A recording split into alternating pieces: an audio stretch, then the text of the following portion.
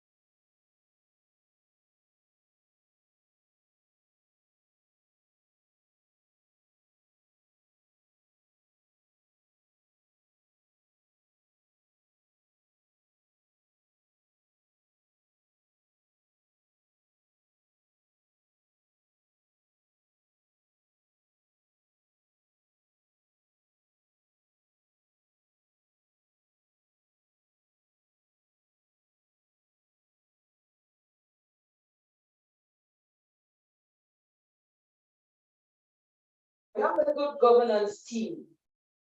You're welcome. All right, so while we wait for more people to come in, the media people are already here. We're not announcing their presence. They just come and they get their job done.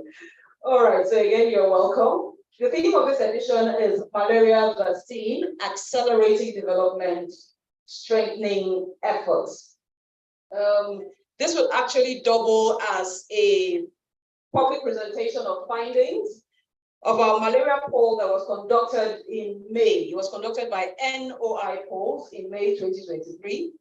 The poll actually touched on the prevalence of malaria disease. It also looked at issues around the use of malaria-treated nets. It also looked at issues around malaria vaccine. So this is partly the reason why we are converged here today.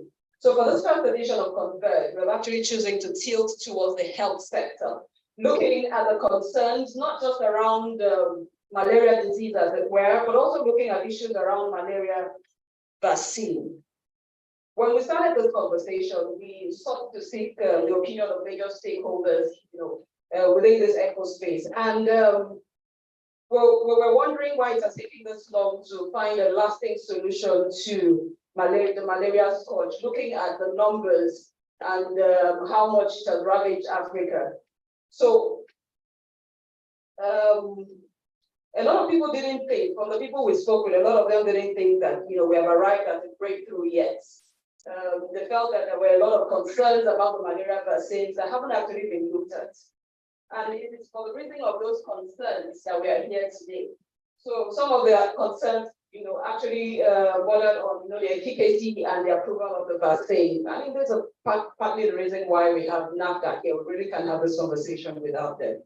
So we are converged today, and we're going to be looking at critical concerns around the malaria disease vaccine in Nigeria. Like I said, that's the reason why we have all of these experts in the house. So on behalf of the entire staff and management of NOIPolls, we want to welcome you to the maiden edition of Converge. It's going to be an annual, so for every year, we are going to reach out to many people also to have this kind of conversation. So like I said earlier, we're looking at malaria vaccine, accelerating development, strengthening effort. So just before we move on, we're going to have the CEO NOIPolls, Dr. Chike Nwangu, to give us an opening remark, and we'll take over from there. I am Nelly Oguchi, Head Corporate Communications, NOIPolls.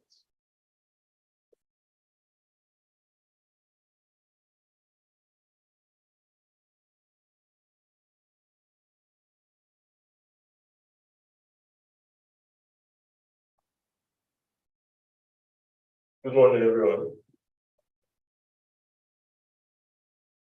We're really glad to have everyone here, and we're hoping that we're going to have a great conversation today.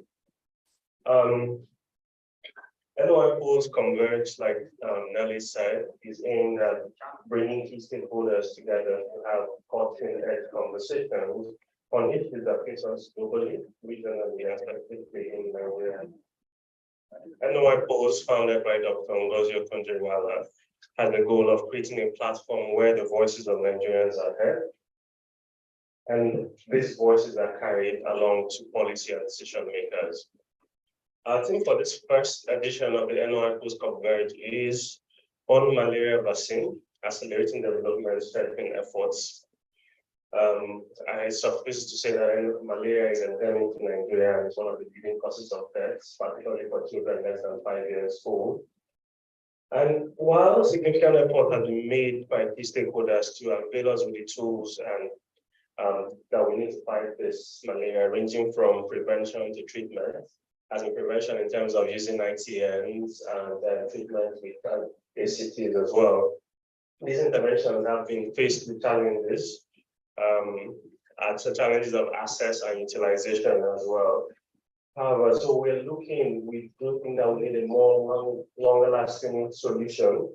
Seems to be the ideal way that we can be able to combat the scourge of malaria that faces us. And today, several vaccines have been developed or are in the process of being developed.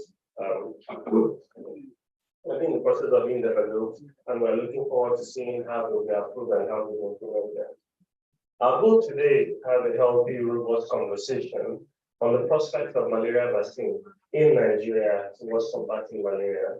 And we're extremely grateful to have the presence of key stakeholders like NAFDAC, Society for Family Health, Malaria Consortium, NMEP, NKCDA, academia as well as the media, as well as our partners and people that we work with in trying to be able to have a fruitful conversation. So it's my pleasure to welcome us all and to encourage us to take this as a platform where we can share ideas and discuss instances and goals on how we can make this scourge called malaria a thing of the past. Thank you, everyone.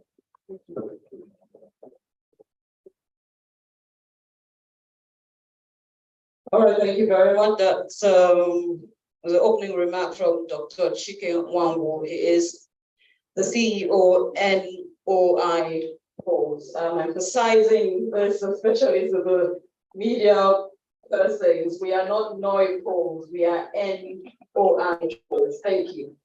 All right, moving forward. All right, so we're going to take a few minutes and look through a malaria disease documentary that was produced in-house in NOIPolls here. It's just a brief of what we've done with our poll findings, and it's a short documentary. So we're going to take that, and immediately after that, we're going to go into the keynote address, and we'll hit it running. So we'll take the malaria disease documentary at this point, if it's available. While we're having the keynote remark, we had a few more people walk in. We have the representative of the Hospital Management Board. Is he here, please? Okay, I think he just stepped out. Okay, so we have a representative of the Hospital Management Board. I will still have some of the more people coming. So as soon as they come in, we'll also recognize them. You're all welcome. All right, so are we set?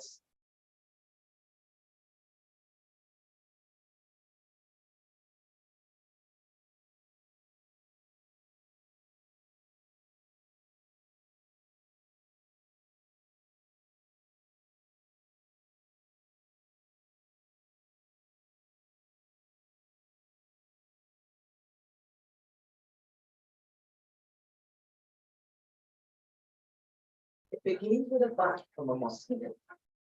A parasite enters the bloodstream and begins to wreak havoc. It brings on a headache, and then the inevitable fever.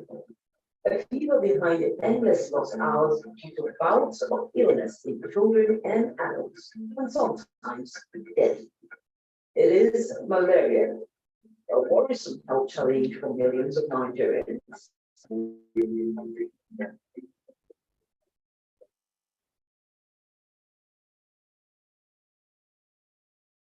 Nigeria, home to an estimated population of 213 million people.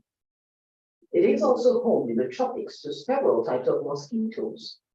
These mosquitoes are linked between millions of Nigerians and a troublesome parasite, Plasmodium, the single cause of malaria.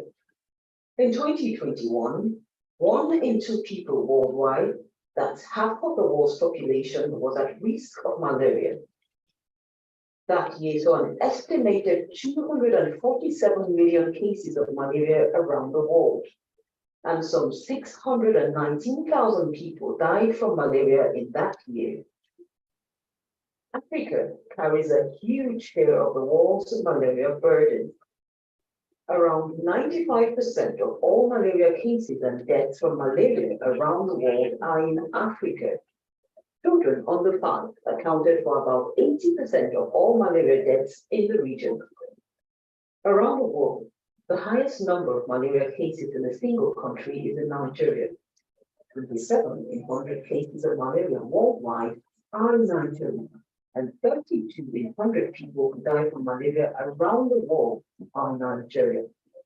More than half of all cases of malaria in West Africa in 2020 were in Nigeria, and it is a burden that many in Nigeria know too well.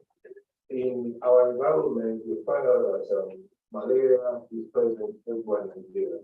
Given that the parasite in mosquito needs a warm and moist environment with lots of water, stagnant water, to be able to breathe. Most environments in Nigeria actually have that. Though we will have in some areas of Nigeria more prevalent than the other people that have the dry season, because there are more stagnant water than we. But we have malaria present in most areas of community of the That prevalence is obvious in a survey by NOIPolls in 2023. 91 in 100 respondents in the survey agreed malaria was a worrisome health challenge in Nigeria. It is a number reflected in hospital visitations due to illnesses. 48 in 100 respondents had visited hospitals in the last 3 months leading up to the survey. From 2021 to 2023, the difference in proportions of Nigerians who had visited the hospital due to illnesses and those who had not is only 1%. And among those who visited hospitals, in 88 out of 100, the diagnosis was malaria, far above other ailments as typhoid, hypertension, or ulcer. The trend remains the same in 2023 as it was in 2021. That leaves more than 71% of Nigerians who disclosed they have treated malaria in the last 3 months before the survey. The symptoms of malaria can include headaches, chills, and fever. And once the setting, only 41% of respondents went straight to the hospital. A combined 43% go to a chemist or a pharmacy. Another 19% takes herbs, buy their own drugs, or go to a pastor or an imam, while 4% do nothing. It speaks to the health-seeking behavior, and a trend analysis shows the proportion of Nigerians visiting the chemist, pharmacy, taking herbal remedies without prescription has increased between 2021 and 2023. Furthermore, only 72% of those who went to hospitals got a laboratory test. 8% did not, and another 18% diagnosed themselves for malaria. Artemisinin combination therapy is the recommended drug for treating malaria, but the survey found other medications in the drug cabinets Nigerians use for malaria, 7% use paracetamol, 2% use antibiotics, 1% use herbs, and 34% would not remember what they used to treat malaria.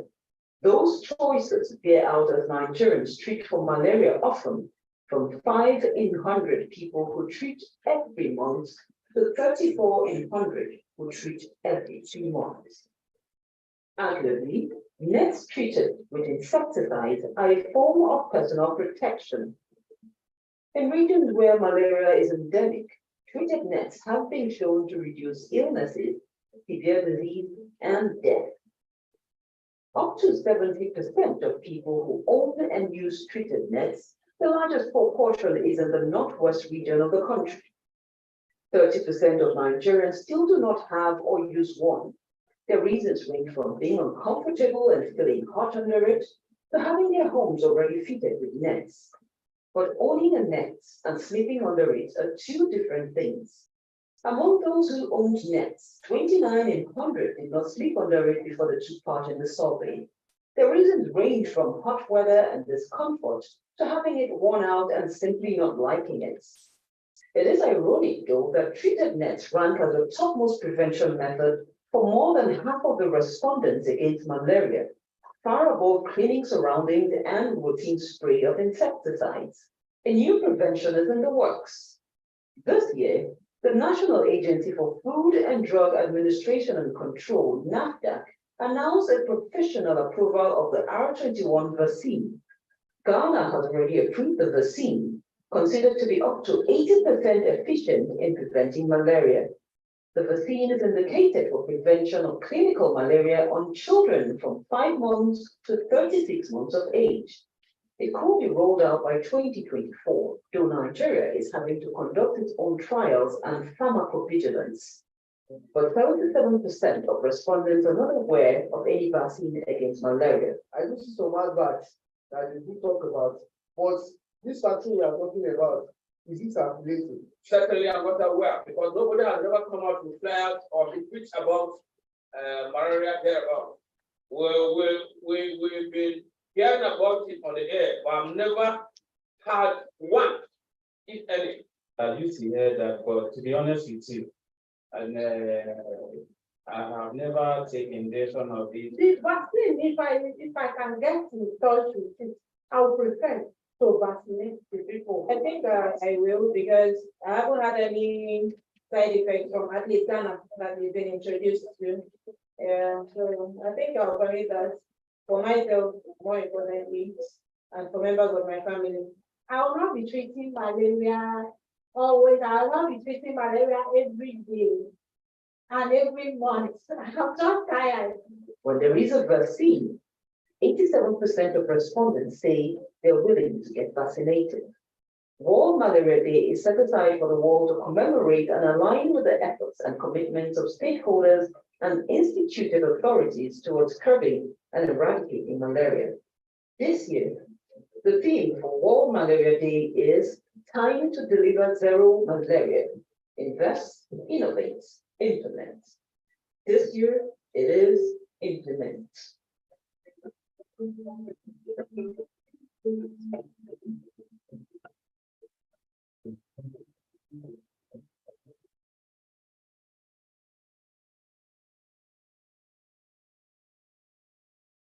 All right, y'all, welcome back from that documentary put together by NOIPolls.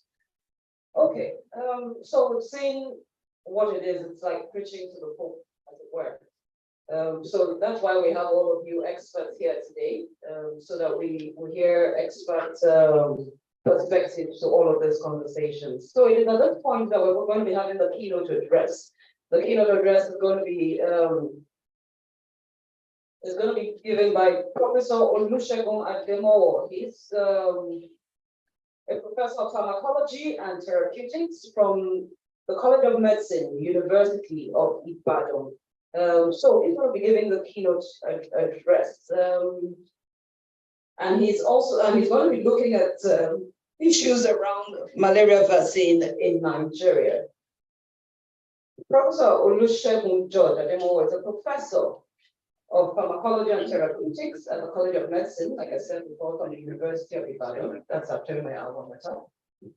He holds a joint appointment at the Institute of Advanced Medical Research and Training and the Department of Pharmacology and Therapeutics in the University of Ibadan, where he rose through the ranks to the grade of professor in 2005. He leads a multidisciplinary research team in IAMRAT. His research focus is on malaria epidemiology, then pathogenesis, diagnostic, drug discovery, and drug disposition kinetics of anti-malaria drugs. He works on a project. He worked on a project with focus to develop malaria vaccine from attenuated malaria parasites sponsored by the European Commission. He is a consultant to the NCDC and the Federal Ministry of Health. He's a malaria vaccine advocacy fellow. He was the coordinator of the PAP Malaria Vaccine Working Group in Nigeria. He has over 100 academic publications in peer-reviewed journals. Professor Ademowo has continued to teach and mentor the next generation of scientists and professionals from undergraduates through MSc, PhD, and early career academics. So I bring you Professor. Well,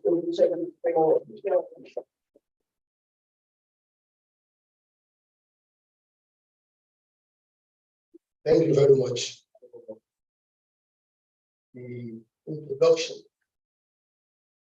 Good morning to everyone. Welcome to this program.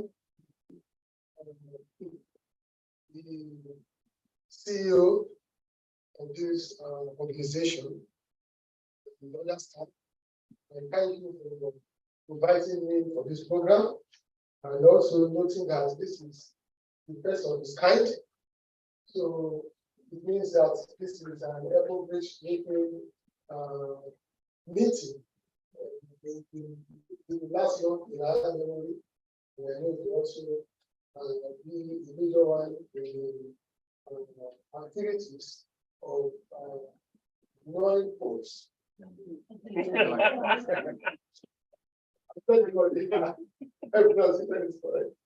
So thank you very much. So to go straight to my presentation, we will be discussing generally about Madam Max. You will see that in my presentation, there's no much of deeps. I didn't put any deep science in it because I know that what we are going to discuss here has to do with issues of how to do the implementation and challenges. So we will all rub minds and keep us together. So I'm going to tell us about the epidemiology of malaria, which has been said all of us are malariologists in our own right. I'll be guided by this outline, epidemiology, malaria in Nigeria, the National Malaria Strategic Plan, why malaria vaccine, then why malaria vaccine? The malaria vaccine research in Africa.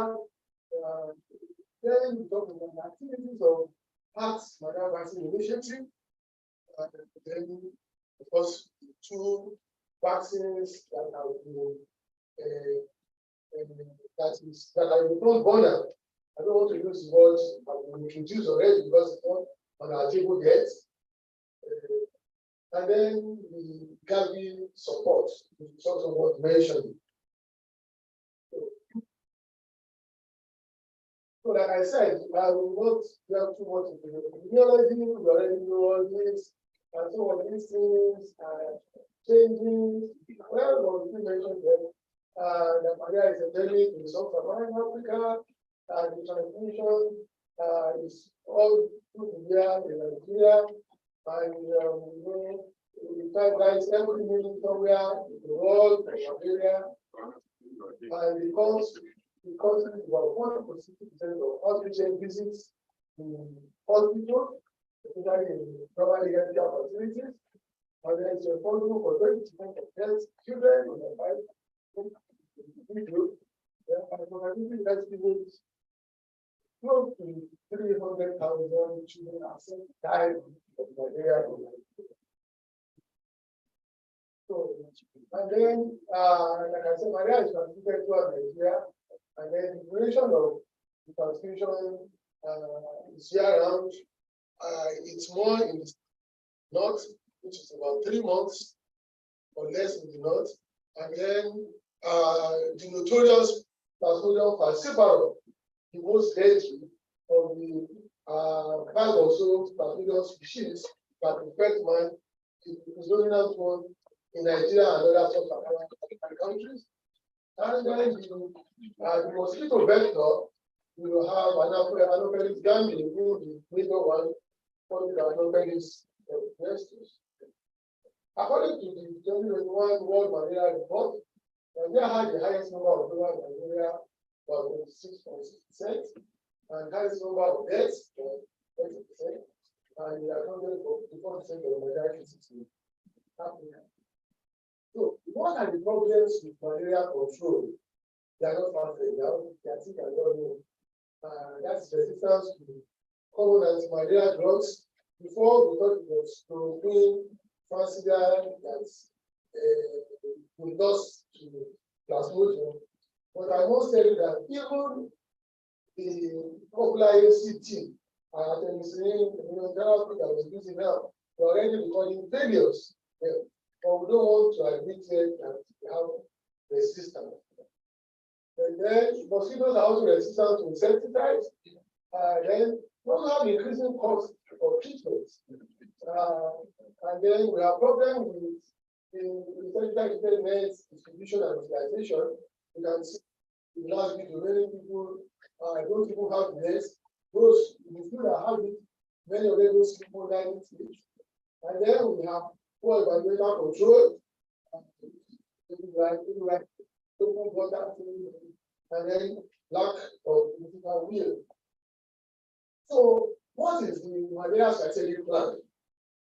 The current 2021 National Strategic Plan is based on the vision of achieving the malaria-free Nigeria with the goal of reducing malaria morbidity in less than 10% parasite prevalence and mortality attributable to malaria to less than 50 deaths per 1,000 by 2025.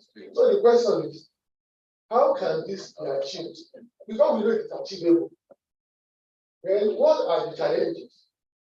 And what role for malaria vaccine? So, why malaria vaccine? One of the reasons why we're thinking of malaria vaccine is because of the impact of vaccines in other diseases that we all know. It has been able to control or even eradicate some other diseases. And then we're also looking at that all these existing tools for control of malaria, which includes ITNs, indoor residual sprays, drug use. If this is combined with effective malaria vaccine, then it can help on the way to eradicating malaria. And what are the challenges facing developing malaria vaccine? This we are going to looking at the scientific aspect. There's no vaccine that is in full human use against parasites until now.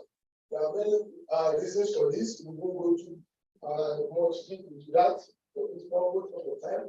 And then the malaria parasite has incredibly has 6,000 genes. So which one are you going to target? All of the genes have one role or another that they are playing. In fact, they have malaria parasite, they even escape the effect of drugs and other hostile within the environment. And then there is no surrogate of protection. And then for the commercial aspect, we have limited markets in developed countries where you have the money. And then we have limited financial resources in malaria endemic countries where the drug is needed. We don't have money to buy. And then vaccine development is high risk, capital intensive, and so which means that a huge cost goes into it. Only GSA can tell how much has gone into RTSA. Now, what are the strategies for designing malaria vaccine?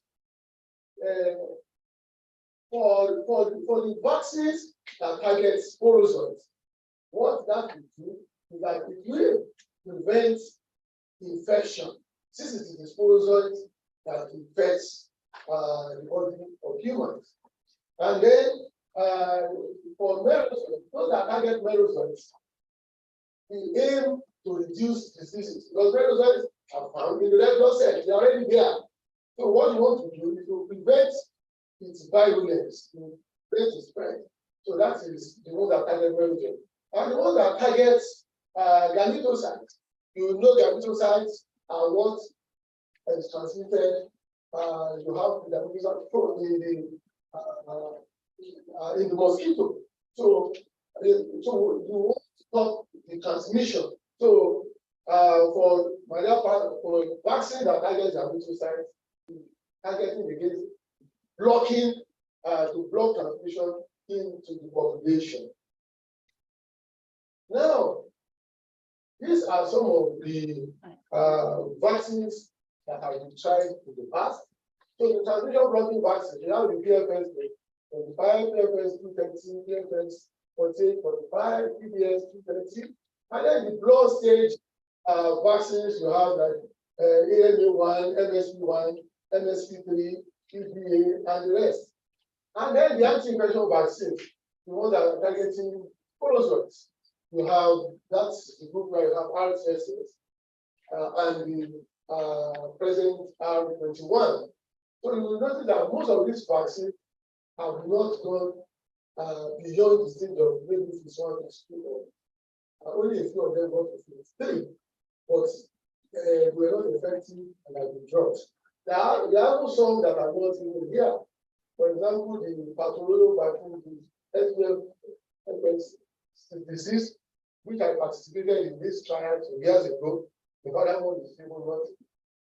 So this also shows some experience of research in malaria vaccine in Africa. Just to let you know that Africa has been participating so much in malaria vaccine development, not only in the trial. So these are some of the this was done in Tanzania, in Bakara, Bagamoyo, and then these were some of those trials that were sponsored by African Malaria Network, in Mali, in Ghana, in Gabon. So you want to ask me what of Nigeria? Yes, for Nigeria too. Yeah. Now we cannot talk about the issue of introduction of malaria vaccine anywhere in Africa without recognizing effort of PATS MVI. They have done a lot. So what is the mission of PATS? To accelerate the development of malaria vaccines and ensure the availability and accessibility in the developing world, in world free from malaria, and the goal is to develop by 2025 a malaria vaccine with 80% or greater efficacy that lasts for at least 4 years. And the interim goal to develop by 2015 a vaccine with at least 50% efficacy that lasts for at least 1 year. The question is, are these goals achieved? Are we on the way? And I can tell you that the interim goal with today, we can say that to some extent that has been achieved. But we will only agree when we have the vaccine on our desk and we are on the way already. So activities of PAT MVI. PAC played a key role in the development and introduction of the RTSM malaria vaccine. And then they also played a key role in the decision framework for the introduction of the vaccine and also creation of awareness of the vaccine. So what is being done now is to actually maximize the impact of all those. Now that gets me to the preliminary things that were done by NPI. In 2010, I was actually the focal person for malaria vaccine in Nigeria. So I am a malaria vaccine advocacy fellow. I think later on we had the second person, one Dr. Ibrahim Yelo, who is a family physician. I've been working on the next meeting, but I really have not had anything to time. So we had a workshop in November 2026 here in Abuja. And in attendance, we had the program managers and organization officers from one representing each geopolitical zone, and then we have the national malaria, then national malaria control program, now national malaria elimination program. So we know whether malaria has been eliminated in Nigeria. We have eliminated and some we are eliminated. The national program on immunization, EPI, led by some research scientists, public health department, Nigeria Academy of Science, NAFDAC, and the Government Healthcare.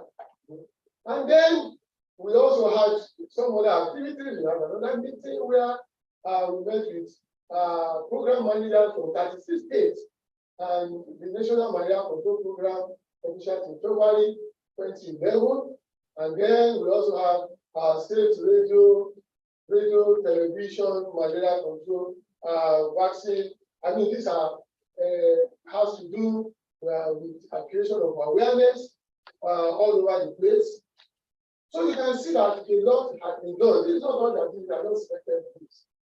So this and all are the instance and being well supported, funded by parts. So this is RTSS. Now here we are. So after more than 50 years of research, RTSS vaccine is on the brink of being introduced to all countries with moderate to high transmission of malaria. And in October 2021, as all know, the WHO approved the use of RTSS malaria vaccine. And the RTSS vaccine has been found to be safe, effective, and implementation has resulted in a substantial drop in hospitalization and child death from malaria. It is estimated that if global RTSS vaccine supplies reach 30 million doses, at least about 24,000 deaths of children will be averted. So it is hoped that other malaria vaccines currently in trials or in early phases of development could respond to the effect and also join the vaccines that we already have. Now, what is the impact of RTSS vaccine?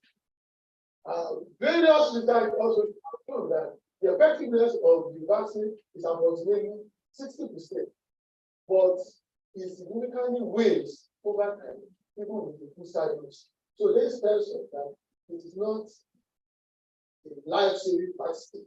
So if you take it, you still need to take further doses of it.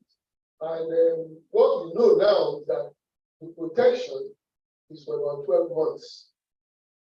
And a lack of funding and commercial potential slowed GSK's capacity to produce as many doses as are needed. You know, GSK actually the one that came up with RTSS vaccine. So there is therefore a need for intervention to save the situation. And what is that? So RTSS is actually designed to for it to actually be integrated into the EPI and health system, just like other vaccines, so that can be easy for it to be deployed. Now, the Gavi intervention. So a new malaria vaccine program to support Gavi eligible countries to implement the new tool in the fight against malaria in sub-Saharan Africa in 2022 to 2025, including vaccine introduction, procurement, and delivery, was approved in 2021 by Gavi board to help fund its expanded use. So the vaccine is important additional tool to control malaria in Africa alongside other interventions that are already in use. It includes our insecticide nets, indoor sprays, drug use. So if we are able to combine all this, as I said earlier, to begin that malaria growth, then I need an initial investment of 105.7 million was planned to be spent between 2022 to 2025 for the implementation of this additional tool in the fight against malaria. GSK is expected to deliver 18 million doses of the vaccine for 12 countries by 2025. Gladly enough, Nigeria's application to Gavi for this is on course. So that is statement by Gavi. We look forward to working with global malaria stakeholders to make sure that countries are able to implement this promising tool in the fight against malaria. I hope Nigeria will be able to keep very well effective. Many of us have a look at that because we know what has happened with some other vaccines in the recent past. When those vaccines do not start, we were allowed to expire somewhere. God help us. Now the R21 vaccine, that is the new entrant. Vaccine production will still be short of demand. So other malaria vaccines are needed to fill the gap. The most advanced candidate is the R21 vaccine, which was developed by the Oxford University in the UK. The R21 vaccine targets Plasmodium sporozoite, just like RTSF, which is the first form of malaria parasite infection in the human body, and only, just for us to know that only a few sporozoites are normally injected in the bloodstream by mosquitoes, but immediately the development starts going on, and then it multiplies all over the body. So which means that targeting sporozoites is actually the good way to go.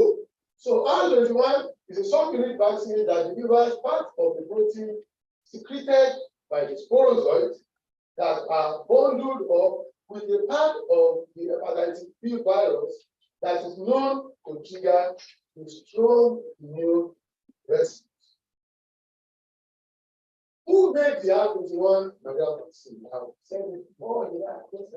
That was made by the University of Oxford. They came by, and it is being manufactured and scaled up by the Serum Institute of India.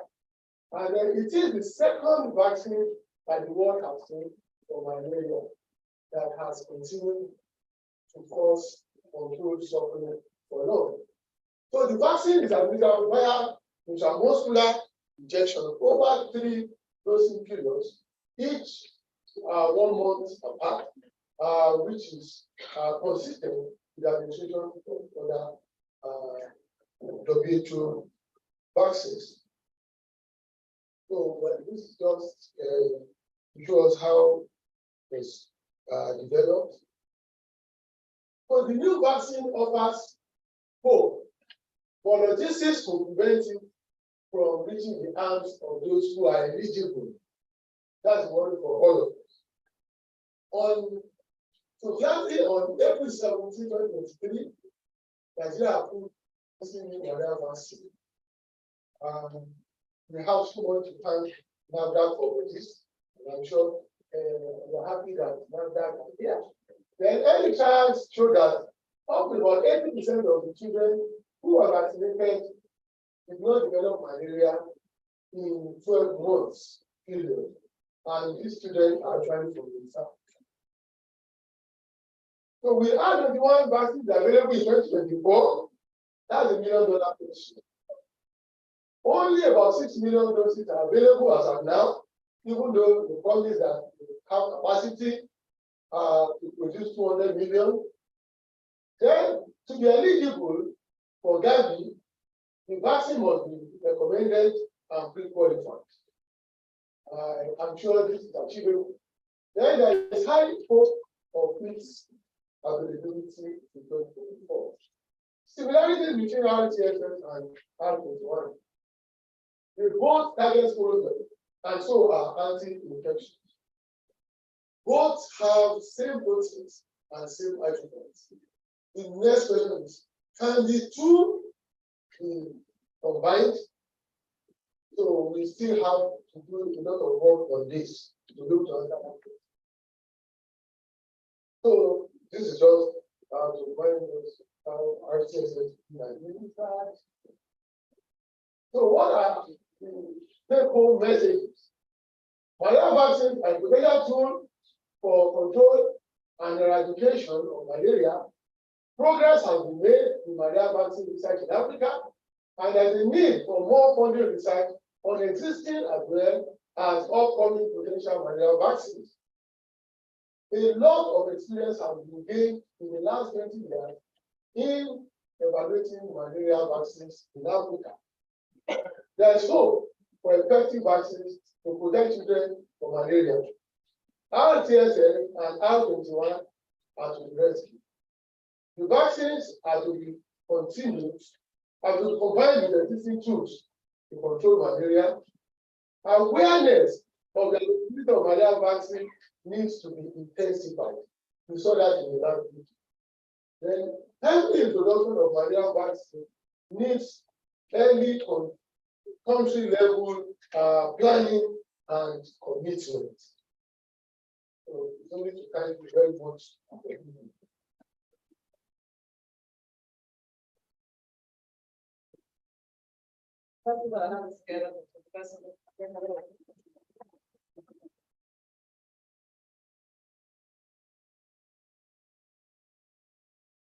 Thank you very much, sir. All right, sir. Yes, you can bow out at this point, sir.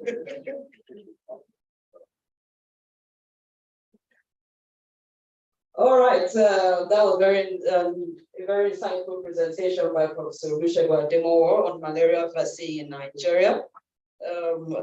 I mean, from that, we see that progress has obviously been made, and a lot of experiences have been gathered in the journey towards the malaria vaccine, and we are hoping for intensified awareness. We've also looked at the documentary that was presented earlier. We did a little street poll. We're going to do an extensive one, review an extensive one later. And a lot of people had said something about they not being aware that there was anything like that also. So obviously, awareness has to be intensified when it is really deployed. Again, thank you very much, Professor Olusegun Ademowo. He's a professor of pharmacology and therapeutics from the College of Medicine, University of Ibadan. Let's put our hands together for him again. All right, while we were having that presentation, a few more people walked in. So I'm going to recognize the organizations, not the individuals. We have the Hospital Management Board. If you're here, please, can you? Thank you very much, sir. You're welcome. We have representatives of the MPHCDA. If you're here, please put your hands. Fantastic. You're welcome. We have representatives of the Health and Human Services. You're welcome, sir. You're welcome. We have NANEMP. I'm going to call it that way. Representatives, please. Okay. All right, so we have representatives from the FHIS, representatives of the FHIS. You're welcome, sir. You're welcome. The FCT PHCB. Thank you very much. You're welcome. We have representatives of Top Health Niger. Are you here? Great, fantastic. You're welcome. We have representatives of the Nigerian Health Watch. We also have representatives of the FCT PHCB. Oh, okay. All right, you're welcome. The HHSS and the IPA again. Okay, all right, you're all welcome. All right, so at this point, we are going to head straight up to the next thing on our agenda. We're going to try at this point to be as fast as possible so we can get done with this. So we're going to have a presentation of the malaria disease poll report. Like I said earlier at the beginning, this also doubles as a public presentation of poll findings of the malaria disease poll report that was conducted by NOIPolls in May. So we're going to have the CEO, NOIPolls. I'm going to emphasize this again. We're not NOIPolls, we are NOIPolls. We're going to have the CEO, NOIPolls, Dr. Chike Wangu, to do the public presentation of the poll findings of the malaria disease poll report. Dr. Chike. All right, he's coming up. Let's put our hands together. Dr. Chike Wangu.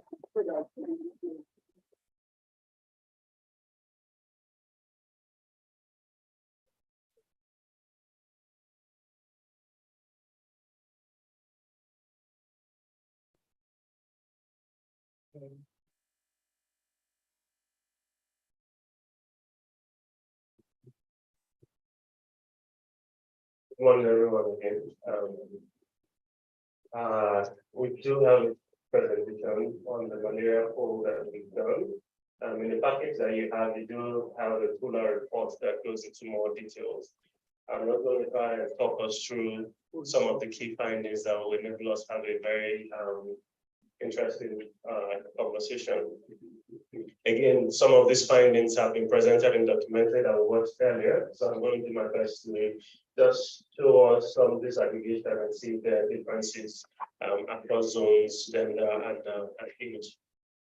So what we're going to be looking at is, well, we're here, so we talk a bit about ourselves and what we do, the poll report, and then just a little bit on what we found on malaria vaccine. So we at NOIPolls were a Nigerian-based opinion and research organization founded in 2006 by Dr. Ngozi Okonjo-Iweala. That's what the NOI stands for, and that's why we keep stressing that it's NOI, not NOIPolls. We remain in the forefront of providing the much data and information on the perceptions, attitudes, and preferences of the Nigerian population. That is our key function. We are an opinion polling and research organization, and we do have a 15-man polling center. We have a database of more than 85 million active poll numbers, segregated by gender, age, local government, and state. We also cover field-based research, doing both quantitative and qualitative surveys. And we also do evaluations, impact assessments, and health interventions, and we do have pools of staff that are with wide experience across all sectors. Some of our partners are listed here, just to give us a brief view of what we do and what we stand for. Speaking about the malaria poll, we've already mentioned that the theme of this year's World Malaria Day was trying to deliver zero malaria.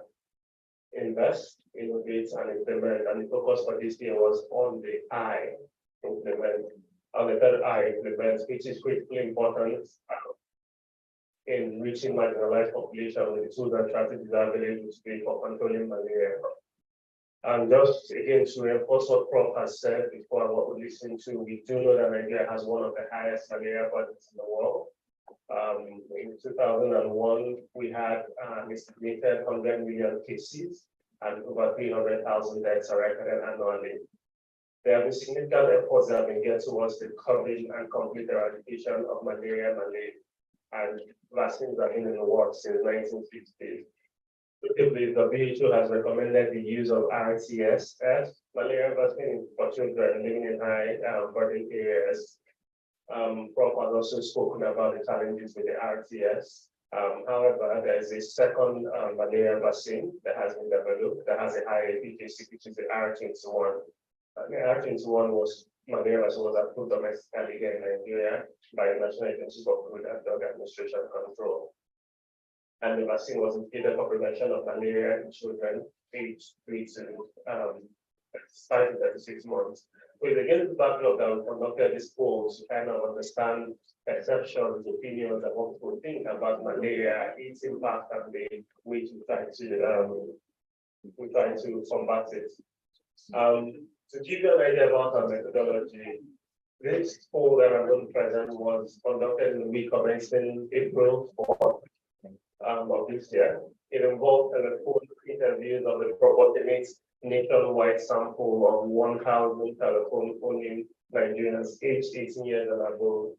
This sample is representative of the 6 geopolitical zones at 36 states and FCT as well. And interviews were conducted in the 5 popular Nigerian languages of English, Pidgin, Igbo, Hausa, and Yoruba, depending on the respondents' comfort language.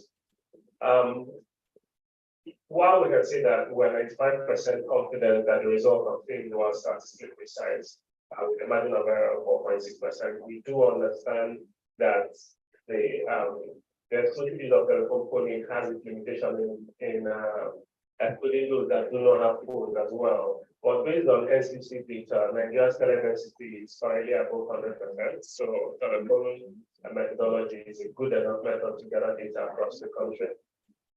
So we'll go straight into looking at the presentation. Again, let me stress that this is just the highlight of the document that you have.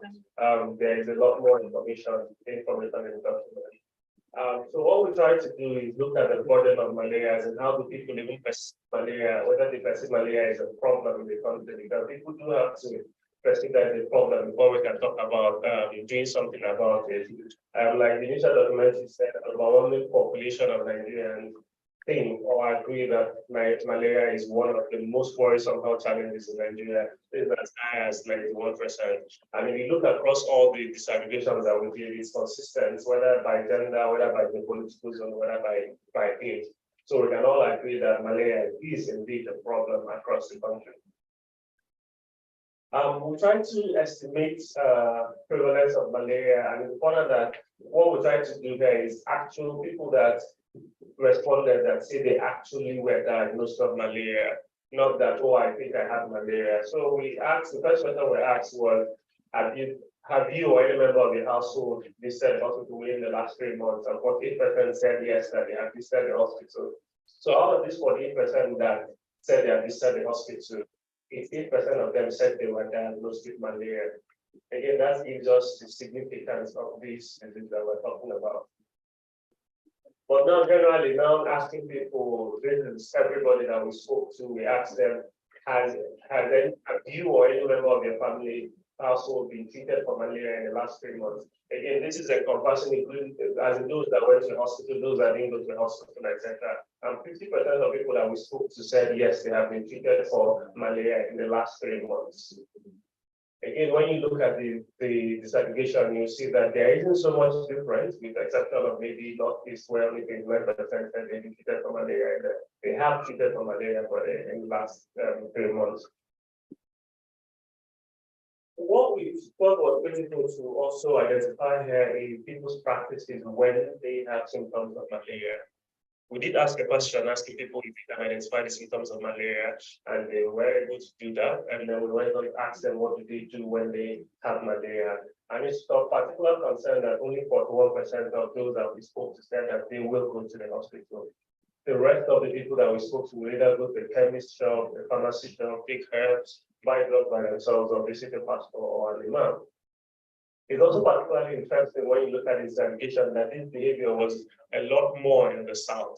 You can see from the charts that the proportion of people that will either go to a chemist or pharmacy, take herbs, were a lot more than those that would go to the hospital in the south.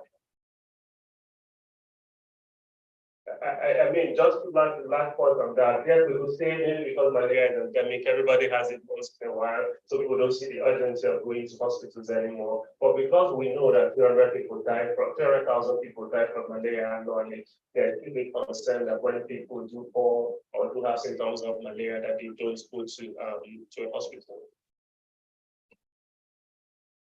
Again, because we know that the current protocol for treatment of malaria involves testing so that people don't randomly just prescribe drugs, we asked those that said that they had treated for malaria, if that malaria that they said they treated for was confirmed using a lab test, and 72% of people said yes, that it was confirmed using a lab test.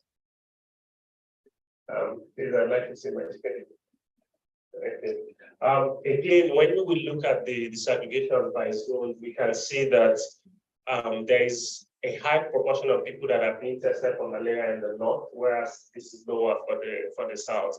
Again, these are things that we need to understand the reasons why, so that it can help us develop an effective strategy, knowing fully well that the attitude that what people do differs across the different geopolitical zones. Interestingly, we wondered because every time you ask somebody, "Oh, how are you?" and the person says, "I'm not feeling well," and you ask them, "What's wrong with you?" "I have malaria." Everybody has malaria. So we thought it interesting to just ask people, "How often do you treat for malaria?" And 34% of people that we spoke to said they treat for malaria every 2 months. Some said they treat twice a year, and if you add that together, more than 50% of people that we spoke to, and this is everybody, not those that said I've treated for malaria in the past 3 months. Out of the people that we spoke to, 62% of them said that they treat malaria at least twice a year. Again, that's concerning for us. And if we do go back to the conversation that Prof mentioned, where the frequency of the vaccine for malaria, it kind of lets us know that there's need for us to do something more long lasting, so that people kind of be able to pass through this. We've talked about different prevention methods for malaria, and one of the ones that we mentioned was insecticide treatment. So we asked people if they have an ITN, and 70% said yes, they do have an ITN. I mean, we do this malaria poll every year, and the last time we asked this question, it was 71%. So I think at some point, the malaria control program has really done a lot in trying to make nets available to the point that 70% of people do have an ITN. Again, there's big differences across the zone, but on the average, 70% of people said they do have an ITN. But the resounding thing comes about, as in, when you ask why don't you have an ITN, the hot weather, my house is well netted, etc. Some of the reasons that were given. But we don't really step to ask for this 70% that say they have an ITN, how many of them slept on that ITN the night before? One thing is to have, the other point is to use the nets. And 71% of those 70% were those that slept under an ITN. Again, if you look across the geopolitical zone, you see that a major proportion of those in the Northwest are those that said that they slept under an ITN, while the rest did not sleep under an ITN. I know we are here in the North Central, so it's important that I point out to us that our zone here, only 45% of people said that they slept under an ITN. And then when we go to the reasons why people don't sleep under an ITN, the majority is because they feel uncomfortable with it. Some people didn't have any reason, and then my house is well netted. And I'm pausing a bit here because that's the resounding problem. And in conversations that we've been at, where discussions are made on ITN, this is one of the big challenges for people that, for example, say, "Oh, I have mosquito net on my window, so I don't see the value of sleeping under an ITN. Besides, the weather is hot, why will I now still sleep under an ITN?" The point again is to know that this strategy, the current strategies that we do have challenges on their own. It still makes us, as a people, means that we need to keep pushing on. We will find something that is easily and can be sustained and able to solve the problem. So finally, we decided to ask some questions on malaria vaccine, mainly to ask about the awareness and the willingness to take up the vaccine. And like the poll asked, I'm sorry, like what we asked for at this point was about the RTS, because this was done in April before NAFDAC approved the RTS1. So the question was on RTS. And we can see that only 23% of people that we spoke to were aware of the malaria vaccine. If you look again across the zones, it's really almost same across. And what this kind of finding really points towards that this awareness is not really as a when you have something as flat as uniform as it's not really due to a particular intervention. It might just be this is the proportion of people that are naturally curious across the country that will be able to, or even people that work in the space. So it kind of lets us know that the majority of the population are not aware of the malaria vaccine. I don't know which, fortunately, let me use that word because I know Nigeria has a challenge of vaccine hesitancy. It seems that vaccine hesitancy will not be an issue when it comes to malaria vaccine. 87% of people that we spoke to said that they were willing to take a malaria vaccine if it is available. Again, if we look across the zones, it is a uniform, response across the zones. Again, what this kind of lets us know for the actually stakeholders in this case that we do have a willing population that will receive the malaria vaccine positively. I think from the street polls that we'll see, people are actually tired of saying, I had malaria, giving them a vaccine would be go a long way in doing that. I mean, what it also calls for is that in the strategy for development for how this vaccine is kicked off, there has to be a very deliberate attempt to focus a lot on the awareness of the vaccine, since people are already willing to do that. And the idea is to really create an awareness for the vaccine and then do what they need to do. In conclusion, what I've just tried to speak in the last couple of minutes is that the survey that we did shows that malaria is pervasive in Nigeria, with as many as 7 in 10 people having treated for malaria in the past month. However, only 41%, I'm saying this, however, because it is really concerning. You get too comfortable with the disease and you think you can treat it any way you want. However, only 41% of Nigerians go to the hospital when they experience malaria symptoms. Again, one of the takeaways from that is whatever design that we have for rolling this out, we can't look at only hospitals because people don't get to hospitals for malaria. We need to look at other players within the sector. Nigerians are willing to take action to prevent malaria. 71% have an ITN, and although only 1 in 5 are aware of the vaccine, 9 in 10 are willing to be vaccinated if the vaccine is available. Thank you, everyone.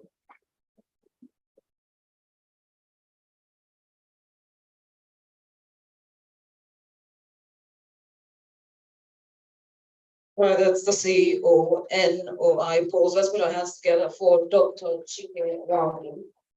That is a finding of the malaria disease poll that was conducted in April. All right, so we're going to go a little faster from this point. The panel discussion is going to start in a bit. While we get the panel set, we're going to preview a street poll, like you said earlier. On the streets, people are not aware that there is a malaria disease vaccine. A lot of people would gladly accept a vaccine.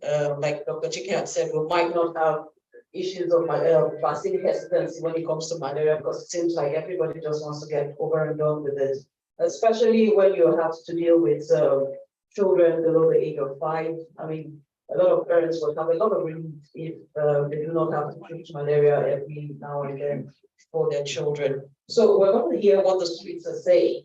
We conducted a street poll just to get feel the pulse of Nigerians as to whether or not they would accept the malaria vaccine and what the prevalence is like. So we're going to do that, and as soon as we're back from that in a few minutes, we're going to start with the panel discussion. It's still NOIPolls Converge. Stay with us. saving a child's life every 30 seconds. It impoverishes households and economies. Interestingly, 88% of Nigerians who visited the hospital said they were diagnosed with malaria. With the RTSS malaria vaccine, the hope to achieve zero malaria comes alive. Yeah.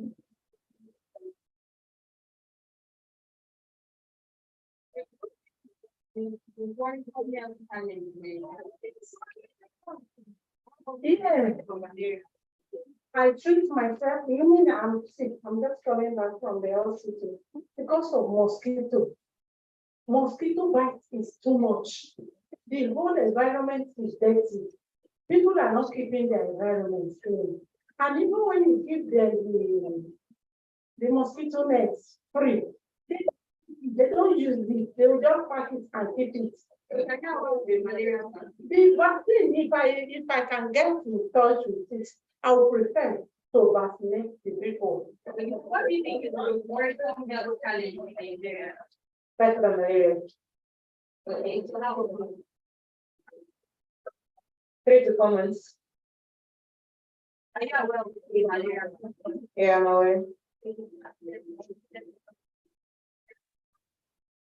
Yeah, I think I will because I haven't had any side effects from at least Ghana that we've been introduced to.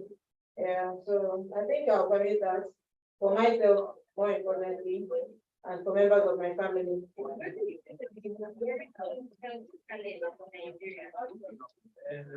Personally, I have to treat malaria like within 2 to 3 months. So there is a need for government to bring a vaccine to Nigeria. It will help me and it will help my family also. I have a family as well. Yes, ma'am.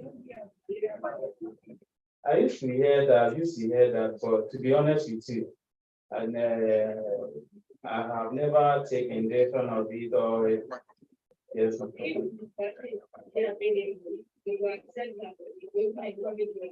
Sure. The most prevalent sickness in malaria, in Nigeria, most especially, I think it should be malaria and typhoid. So how often do you treat malaria? I treat malaria very often because, in fact, the one I treated last finished the drug. I've not finished the drug, but that was last week. When I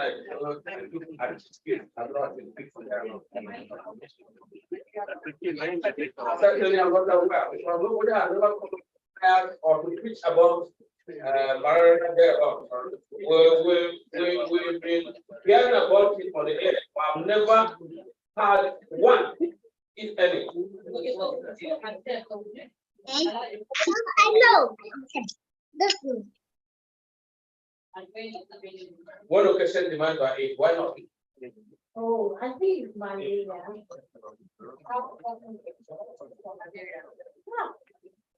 It's almost every month. I'm taking my people and I'm telling you I'm on drugs.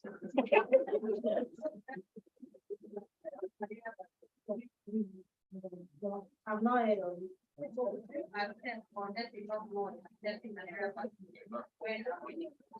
Yeah, I will love it to be. Because like I will not be treating malaria always. I will not be treating malaria every day and every month. I'm just tired. One may ask, how do we treat the malaria scourge? Implement. Providing access to existing life-saving malaria treatment is key. As said, citizens are open to a long-term and lasting solution. All right, that's a brief district poll conducted by NOIPolls, and it's that was us trying to feel the pulse of Nigerians, and people are tired of malaria.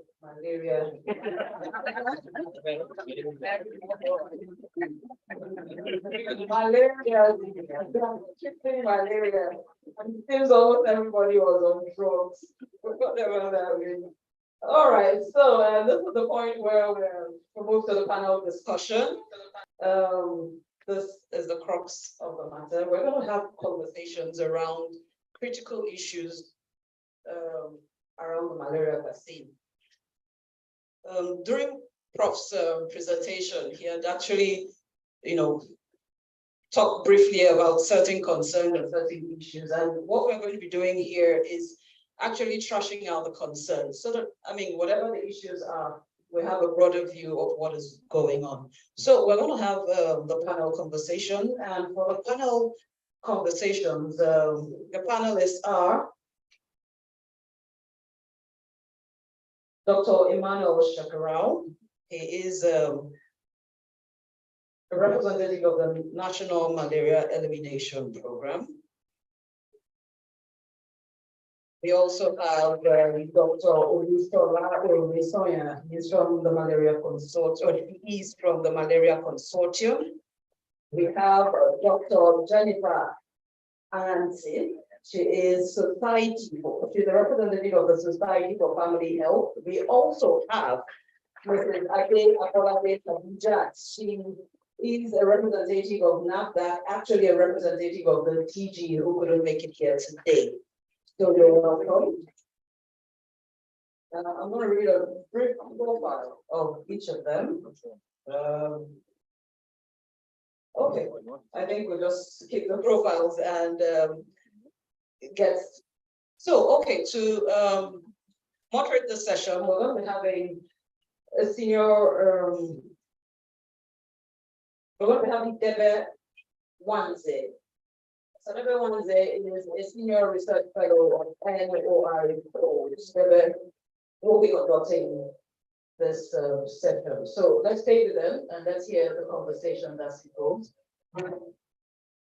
We are hoping that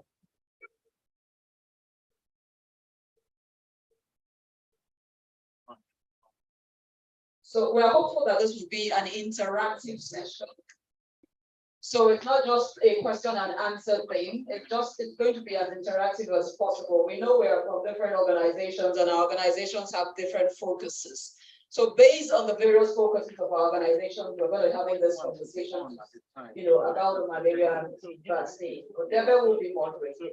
And at the end of this conversation, we're going to have feedback from we're actually streaming live. We're going to have feedback from people who are watching virtually. We're going to have feedback from the people in the audience. So there's going to be a long time for question and answers. So this is not going to be the interactions, and then after we'll go into the question and answers. Debe, over to you.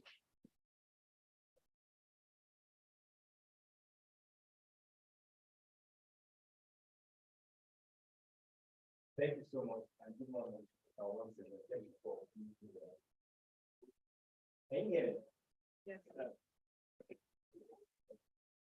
So I think maybe we will start off with Dr. Farrell. So during the keynote address, I heard from talk about the efficacy of the two vaccines, the RTSS and the R21 vaccine. But in addition to that, he also mentioned that the other preventive measures will be taken. So, for example, early diagnosis, keeping up an insecticide treatedness, keeping a clean environment. So my question then becomes, how revolutionary then is the malaria vaccine? Why is there so much talk about it? How much of a game changer would it be?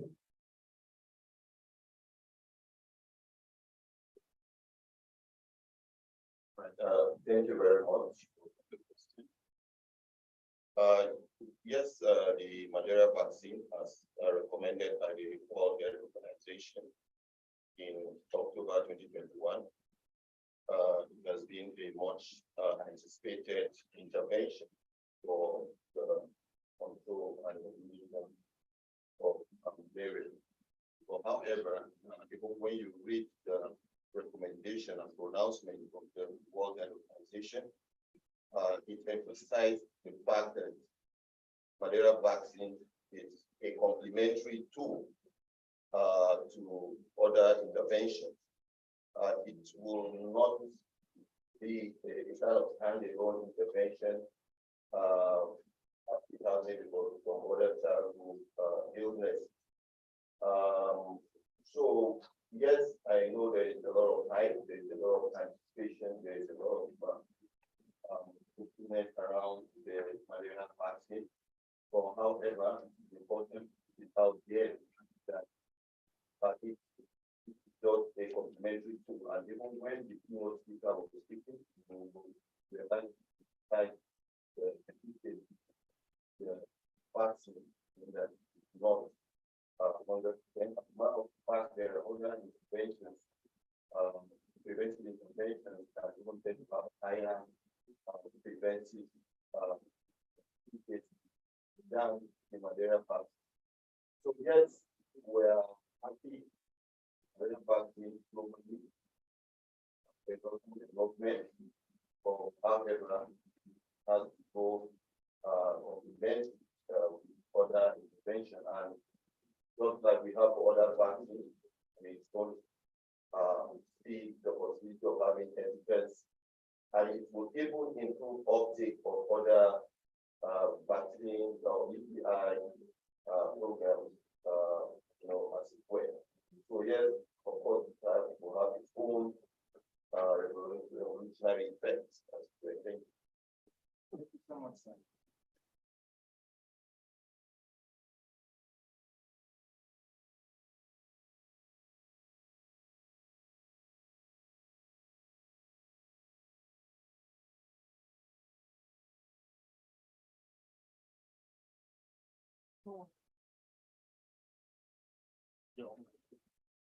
Thank you so much.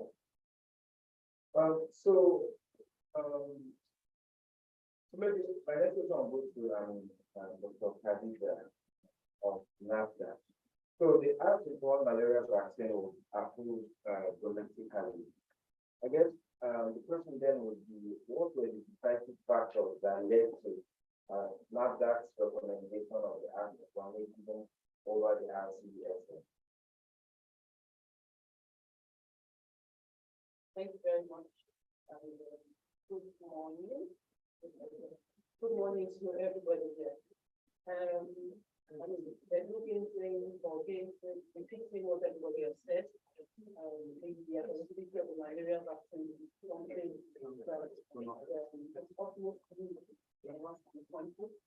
and for the R21 vaccine, the clinical data from the trial conducted on the vaccine has given us a very significant level of the efficacy of the vaccine.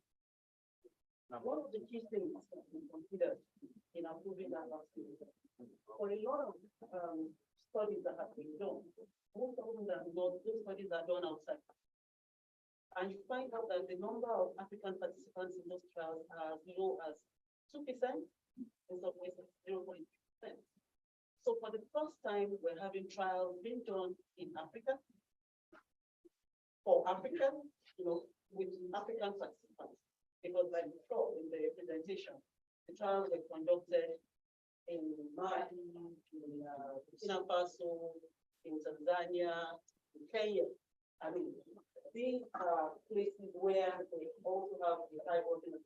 We are sure that the trials are being conducted on people that actually have malaria and can display the clinical manifestations of malaria.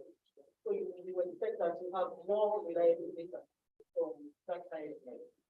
The second thing is that the data also show that efficacy, like has been said here, for the R21 vaccine was above the WHO's benchmark for vaccine efficacy. It had almost 80% efficacy, and it showed that the protection lasted for up to 12 months. So these are some of the key considerations that we looked at. And then, of course, malaria is a big problem, a big challenge for us. So having something that has given us enough credible scientific data, for us to take that decision, I don't think we should hesitate about it. And being a mature regulatory agency that has the responsibility and takes that responsibility very seriously of safeguarding the health of the nation. We have to take that responsibility. Thank you. So the follow-on would be there was an announcement that 100,000 doses are expected. Is there any maybe updates on when that will be delivered to the country? Okay, so the plans actually is to have a follow-up trial in Nigeria. Right now, the data we have are from those countries I mentioned. We are going to have our own follow-up trial, a phase 4 trial. You know, the protocol should be ready anytime from now. I think the deadline would for is middle of August. So those doses really are going to be used for that trial because we also need to validate the data. Nigeria has all the clinical deaths for malaria. So for us to do our own trial here, it gives more credence, you know, to the results that have been seen, you know, and then we are able to expose it to more people to have more varied responses for us to be able to see if there are any other maybe side effects or adverse reactions that may be experienced. So those things are actually going to be used in trials that are coming up in the field. And in terms of receipt of the doses, I don't think they've arrived yet because the protocol is yet to get. Thank you. So my next question actually goes to Dr. Olushola. So looking at the results of this poll, awareness of the vaccine was low. However, willingness to take the vaccine was high. And you compare that with all the NOIPolls, the poll that was conducted by NOIPolls on COVID vaccine, awareness of the availability of the COVID vaccine then in 2020, December 2020, conducted, that poll was high. About 1 in 2 Nigerians said that they are aware of the vaccine against COVID. And willingness to take COVID vaccine then was 61%. However, so an interesting aspect of that was about 74% of Nigerians said that they welcome the existence of COVID vaccine in Nigeria, the use of COVID vaccine in Nigeria. That's 74% compared to 61% who were personally willing to take the vaccine. So I guess the question is, do you think awareness of the availability or the near availability of the malaria vaccine will help with increased uptake by the populace? Thank you very much. Good morning, everyone. When we talk about uptake of an intervention, it's a behavioral thing. And most of the time, awareness does not necessarily lead to behavioral change. So there are many factors that come to play when it comes to somebody taking on a new behavior, because taking on malaria vaccine is a new behavior, because the new vaccine is something that hasn't been deployed before. And so it will require much more than just being aware of it. Okay. So, but the important thing and the good thing for malaria is that, like we've seen from the polls as well, that a lot of Nigerians see and know the importance and the effect of malaria. And so there's a high level of awareness about the disease itself and the effect of the disease. And so the perception of risk is a little bit high. And so you have the tendency for people to accept malaria interventions. I give an example of, the seasonal malaria chemo prevention. That's something, a drug that is given to children to prevent them from having malaria during the peak transmission period. When that installation came on board, it looked as if we were worried because of the issues that we had with polio. And a lot of issues with polio acceptance and all that. But we found that in the same area where you have rejection of polio. When SNC was introduced in those areas, the uptake was very high because people perceived malaria as a disease that was affecting them and affecting their children. And so most of the time they will say, oh, we don't want this polio, give us something that will treat malaria. That is our problem. So the perception of it is high. And so the advantage we have is now that we know that the perception of this is high, we now need to develop a very strong communication strategy to go along with it.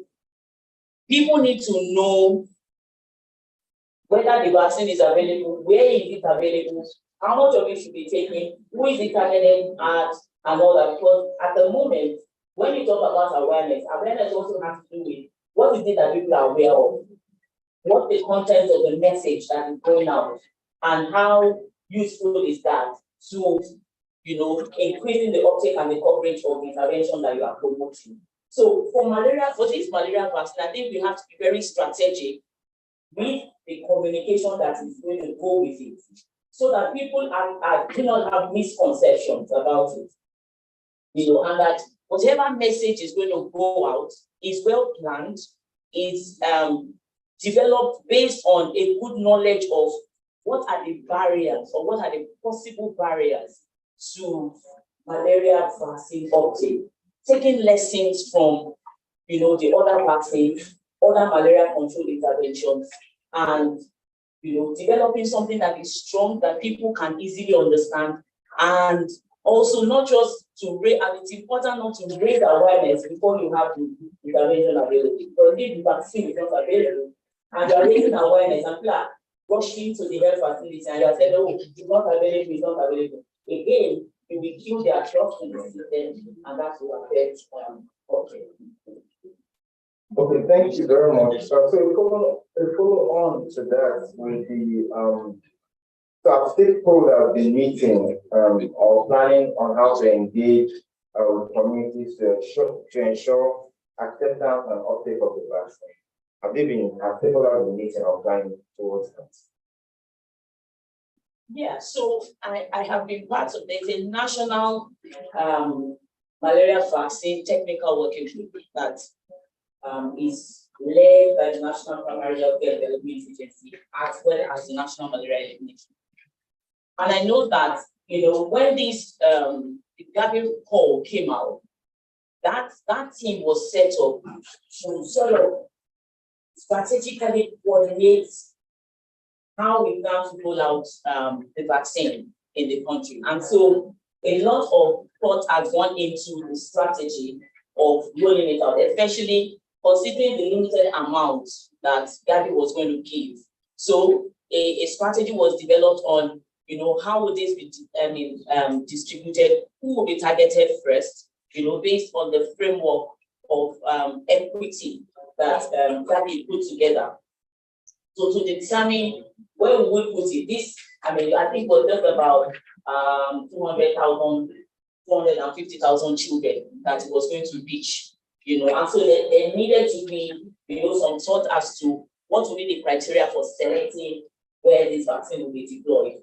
And once we have selected where they will be deployed, how would we actually do it in the real sense of it? How would we mobilize the community to raise awareness? What communication will go out to let the people know that this is available, this is what we're going to do, and that, how do you then also manage the fact that one state will receive and a nearby state will not receive, because those are also risks that could affect, eventual rollout for that. So all those communication were put together by the team that was working on it. But because we don't have the vaccine now, like I said earlier, there is no point raising awareness about something that is not yet available. So it will be important for us to, ensure that they are on ground, they are available. But before we roll out, we put that plan together, package it very well, so that once we have the intervention, the communication goes seamlessly along with it. Thank you. Thank you very much. So, looking at vaccine distribution now, and also our recent experience from COVID vaccine, we saw or we noticed distribution of the vaccine, challenges that we faced. There were a lot of mechanisms put in place to try to make sure the vaccine got to the last mile. I mean, working hours for health workers was extended. There was a proliferation too of vaccination centers. So I guess the question then is, what lessons in terms of distribution, this is Dr. Jennifer now, what lessons in terms of distribution and delivery of the vaccine would we say were learned from our experience with the COVID vaccine? And also, how can those lessons be incorporated to improve uptake of the malaria vaccine? Thank you very much for the question, sir, and good morning, everyone. All the people to observe. I think one thing we've learned from COVID specifically was, number one, you have to get all the stakeholders involved. So before you start any vaccine program, it's important to work with whether it's the government stakeholders, the donors who are likely to be supporting a lot of these efforts, also to work with the National Primary Healthcare Development Agency, because it's important that as part of introducing vaccines into the country, that we work with those who have already set up the sector. So in other words, the Primary Healthcare Development Agency. No matter how you look at it, primary healthcare is responsible for vaccination. And so you don't want to start developing new schemes or new ways of getting vaccines out when there's already a fairly well set up system to get these things out. So number one, first of all, so you work with Primary Healthcare Development Agency, introducing the routine schedule. Already, we have vaccination going on nationwide for polio, for BCG, for tuberculosis, for pertussis, for rotavirus, for pentavalent, all sorts of vaccines. So it's best to introduce it into the schedule through these various primary healthcare development agencies that exist all over the country, estimated to be over 30,000. And so if we work through that system, we also work through the logistics system that has been set up so that we don't start a whole new system working through and trying to develop new wheels in the new cogs in the wheel that will cause its own challenge. I think the next thing we also have to do is awareness. So making sure people are aware that you can get this vaccine and where. So in other words, primary healthcare centers. And when I talk about primary healthcare centers, I'm talking about both public and private. Often we tend to look at only the public sector. When we can see from some of the data, I was actually quite interested in some of the data that was presented here, where more people actually go to the pharmacy or to a patent and proprietary medicine vendor for treatment of malaria than going to the hospital. 43% compared to 40%. So you can see that there's actually a place where people get information. And so provide that information to where we go, which is both public or private sector. So I think that's really important that we don't focus only on the public sector when we're distributing these vaccines. I remember during COVID, people received their vaccine in the pharmacy. You go to the pharmacy, the Pharmacy Council of Nigeria, they work to train pharmacists to be able to provide these vaccines there. So what's important is where the people go is where we should take the vaccine. I think the other thing that's important is the logistics system.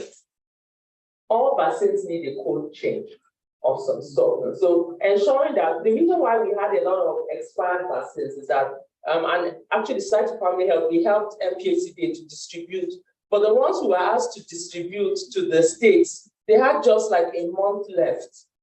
So by the time they moved from the state stores to the PHCs, they have maybe 2 weeks left.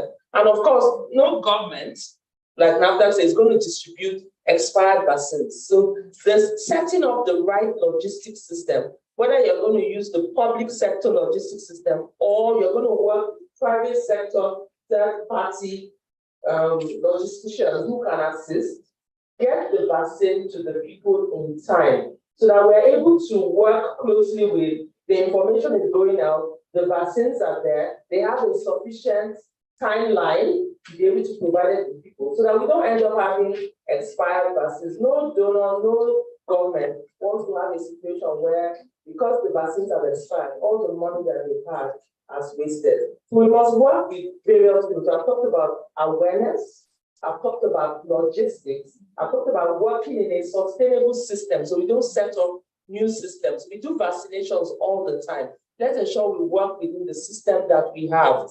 And then one thing I'd also like to say, whether it's public or private, It's important that we ensure that where people go is where the vaccines are provided. Thank you very much. Yes, you may. Yes, thank you very much. I just wanted to also add that I think one of the things that we learned from COVID was also the fact that it is possible to actually shorten the translation of research to use and implementation. Because when the vaccine was produced, the amount of time it took for WHO to accept it, adopt it, and for it to be deployed was very short. Compared to, I mean, we've been on the malaria vaccine for 16 years now. So if it is possible to do it for COVID, I don't think it should be difficult to do it for the malaria vaccines. Now we've seen our tested thankfully has been approved. Our 21 is still out there. And although we know that the trials are still going on, but that period between which the results of the trials are available and for it to become recommended, it can also be shortened, like we saw during the COVID. Thank you very much for making that point. So just to note that this is supposed to be a discussion. It's not just limited to the question that is directed at you. If you wish to add on and comment, please feel free to do so. So I would ask now that with regards to it, there seems to be a lot of misinformation about vaccines out there. And I know Dr. Lushola hinted on this a bit in terms of communication that goes out. But what was the basic strategy? What was the plan in dealing with or trying to arrest or control some of this misinformation that are associated with vaccines? That will help with that to Dr. Shafarao.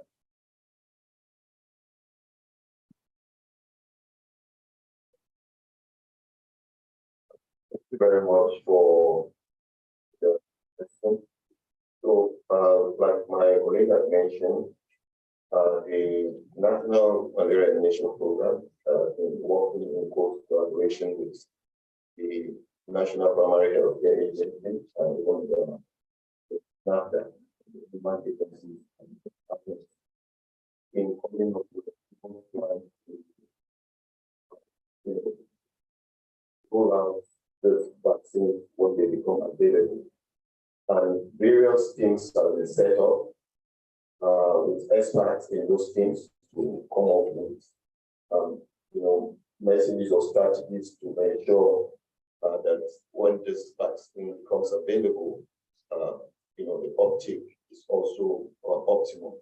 So we have the advocacy, communication, and social mobilization team of all the relevant agencies and technical partners who have been working closely to messages that will go out there to, set the pace right and ensure that the general populace gets the correct information around this vaccine.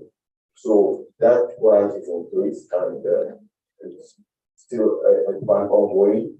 The country is still awaiting the deployment of this intervention when the Gavi and the WHO makes it available.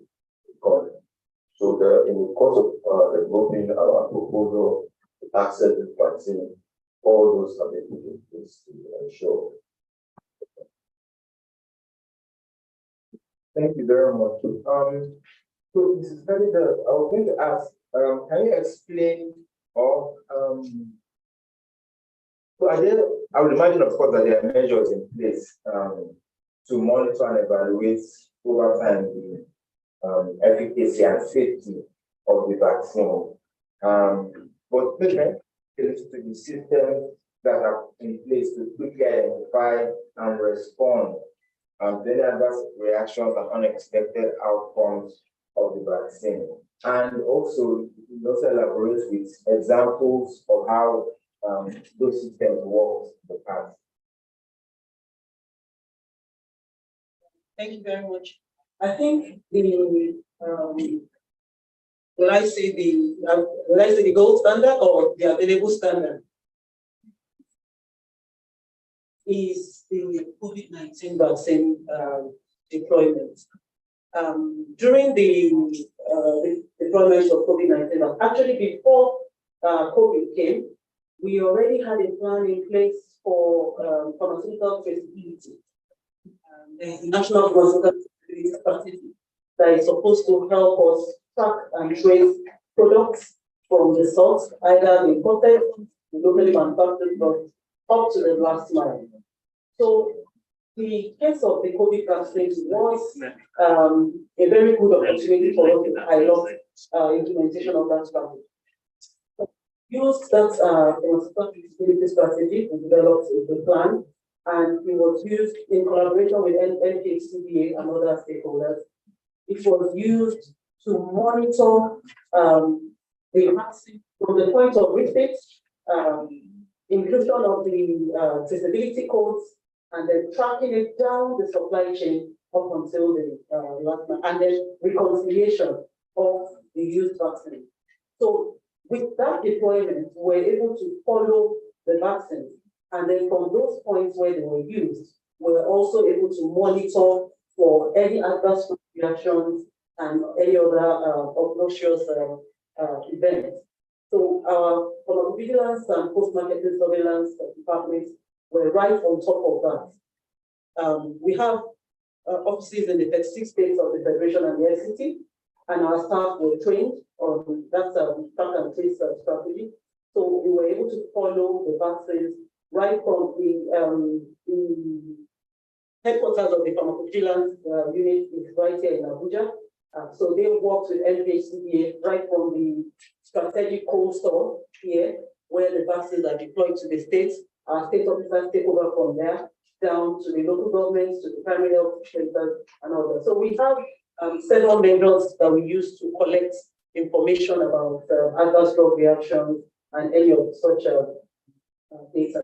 We have the normal pharmacovigilance forms, which is available both as hard copies and as electronic copies. We have the Med Safety app, which is a mobile app that you can use to report. And this applies to any other products, any drug products, and all of that. But it was this, we were able to actually see the effectiveness of these our tools with the COVID-19 vaccine. And the success rate was very, very high. We were able to track vaccines that probably because of logistic issues, breaks in the cold chain, and all of that. So it helped us to gather reliable data on how this our traceability strategy evolved. So we used that during the COVID-19 deployment of COVID-19 vaccines, and we had a very high success rate. Off the top of my head, I cannot give you the figures, but I know that during the presentation of that report, it was really so we have those systems in place. So when the malaria vaccine comes, you can be sure that we are on top of things. And of course, there is always improvement. We keep improving because the few gaps that were identified during the deployment of the COVID-19 vaccine will definitely be addressed based on the lessons learned from those activities. Thank you. Thank you very much. Looking at the history of vaccines in Nigeria, we've been quite dependent in more recent years on aid or foreign aid. So it was interesting for me to even learn that we were producing vaccines locally in the as early as 1940s, but that has stopped. So I guess my question is there a role for local players to produce vaccines locally? In any part of that value chain, is there a place for, we have well-trained pharmacists who are well advanced in their training. What role is there for local productions of vaccines in Nigeria so that we're not dependent on foreign aid? Okay, again, that is also one of the big lessons learned from the COVID-19 pandemic. We also how vulnerable we were. It revealed, I don't know what word to use. It revealed our incapacitation, because we were dependent on other governments. And they were more interested in protecting their people. before they think of you, they want to protect their own people. So we were there, just stuck, not having access to this vaccine. So, like I said, it's a big lesson learned from the COVID-19 pandemic, and that has showed us that there is no way we can claim self-sufficiency or medicines or vaccine security without local production. And to that effect, a lot of work has now started, both in country and regionally. As a matter of fact, the Nigeria vaccine policy was approved in 2021 as a fallout of that. That is to give strategic direction, to the country to know how we want to pursue this. And the main focus, the main thrust of that policy is sustainable local vaccine manufacturing. And there are so many components that go into that. The ecosystem is wide. The policy is one thing. We have other components. You're talking about research and development because you have to have innovations. If you want to manufacture, you should be able to develop vaccines that meet your local need. So that research component is there. We need to develop that. I'm happy that our colleague from NOIPolls is here, and there are other stakeholders in that space. Institute of Medical Research, the Chemical Research and Technology Institute in Jos. There is a vaccine consortium that was set up, to try to develop, to start working on developing vaccines for our local use, which will feed into local production. Now, ever before COVID, the government had gone into a partnership with May and Baker Nigeria PLC to set up a public-private partnership known as BioVaccines Nigeria Limited. Like you said, we were into vaccines manufacturing before. That facility has been shut down since 1991. So currently, the only vaccine manufacturing activity going on in the country is for veterinary vaccines by National Veterinary Research Institute in Bonn, Plateau State. So to resuscitate human vaccine manufacturing, the federal government went into PPP with May and Baker to set up BioVaccines Nigeria Limited. And BVNL is supposed to be that special purpose vehicle that would help us start local manufacturing. Now, with the COVID pandemic, the WHO came up with different strategies to help member states, to be able to be self-sufficient. They came up with the idea of the mRNA technology transfer hub in South Africa. They are supposed to develop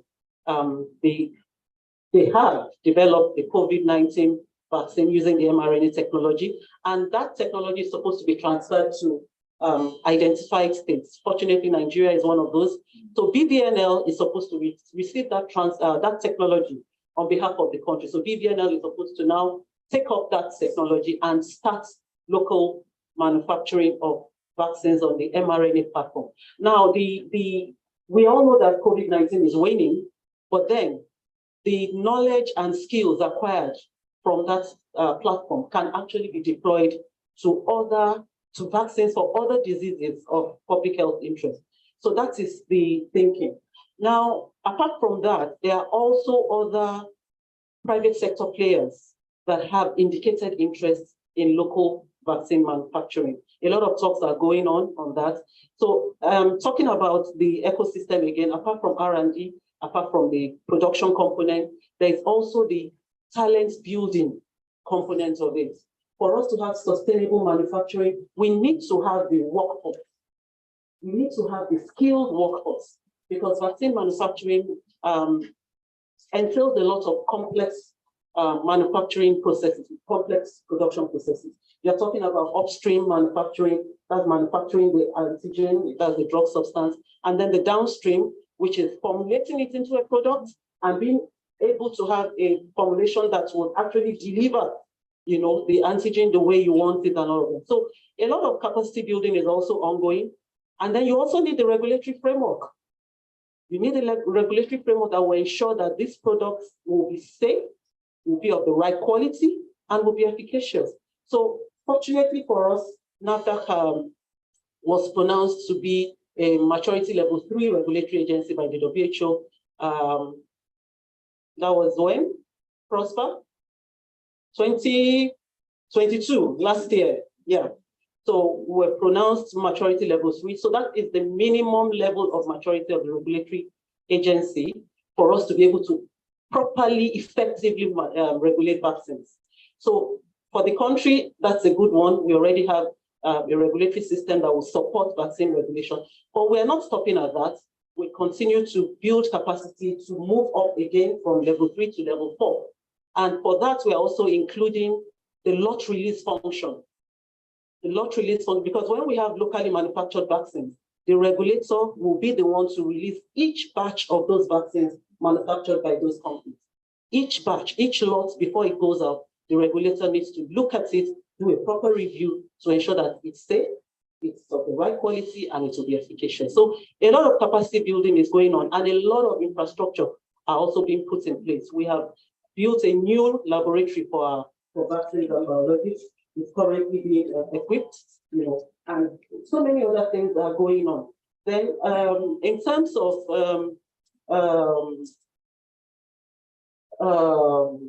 intellectual property, there are also discussions ongoing, because when people develop these new vaccines, these innovations, they need to be able to have the confidence that their intellectual property will be protected. So those are other components of the ecosystem that are also being discussed. Incidentally, there's a national steering committee for local vaccine manufacturing. It's a top-level committee, has the heads of relevant ministries and agencies involved.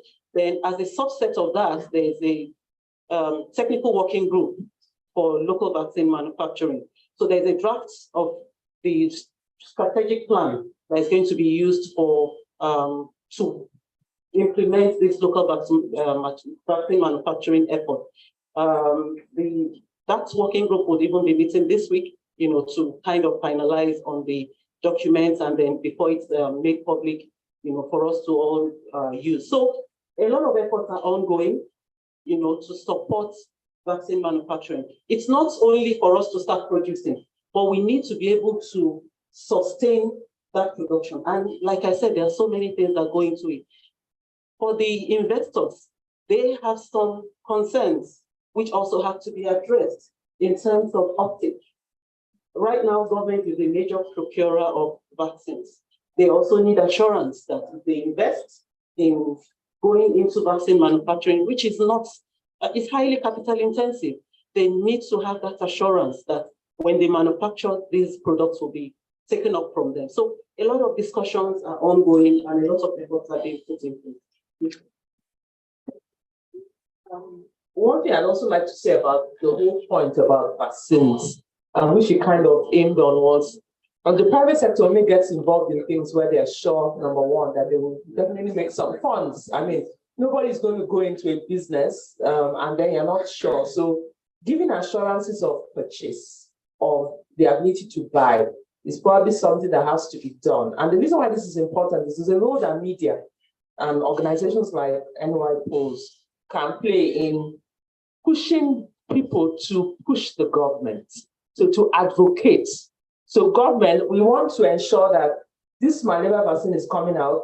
We have the population is about, let me just give some estimates, about 50 million children are under the age of 5. And so you're going to definitely be able to pass across a certain amount of this. But the government has so many responsibilities, so many places to put its funding. But when it comes to malaria, we see how important it is. And so government, we continue that push as civil society, as NGOs, as communities, as traditional rulers, religious leaders, to push the government to put the money where we feel the problem is. We feel malaria is our problem. So therefore, government, we don't want wasting money on other things. We want you to address this particular issue. Support the private sector, provide tax incentives, provide tax relief, provide assurances of purchasing of items, of things that are bought, give tax relief on APIs, that's active pharmaceutical ingredients, so that when these things come in, people are sure, the investors are sure, because the reason why May and Baker probably left is that it was cheaper for government to buy from Serum Institute of India. So why would I buy in country? Or the problems with electricity.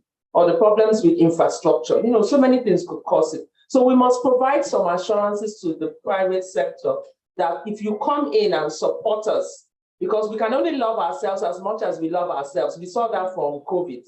And so come in, we will assure you that we will patronize you, we will put effort into this. And it's the role of we as civil society, as mass media, as NOIPolls, you know, Nigeria health advocacy organizations to push the government in the direction that is for our benefits. And I think that's something that we need to take into consideration. Thank you very much. Those were both robust responses. So, also a lesson from COVID. In 2021, we had read that during the Presidential Task Force briefing, that 10 billion, for example, was released for domestic production. And we all know that funding of vaccines is the critical components to actually achieving local vaccine production.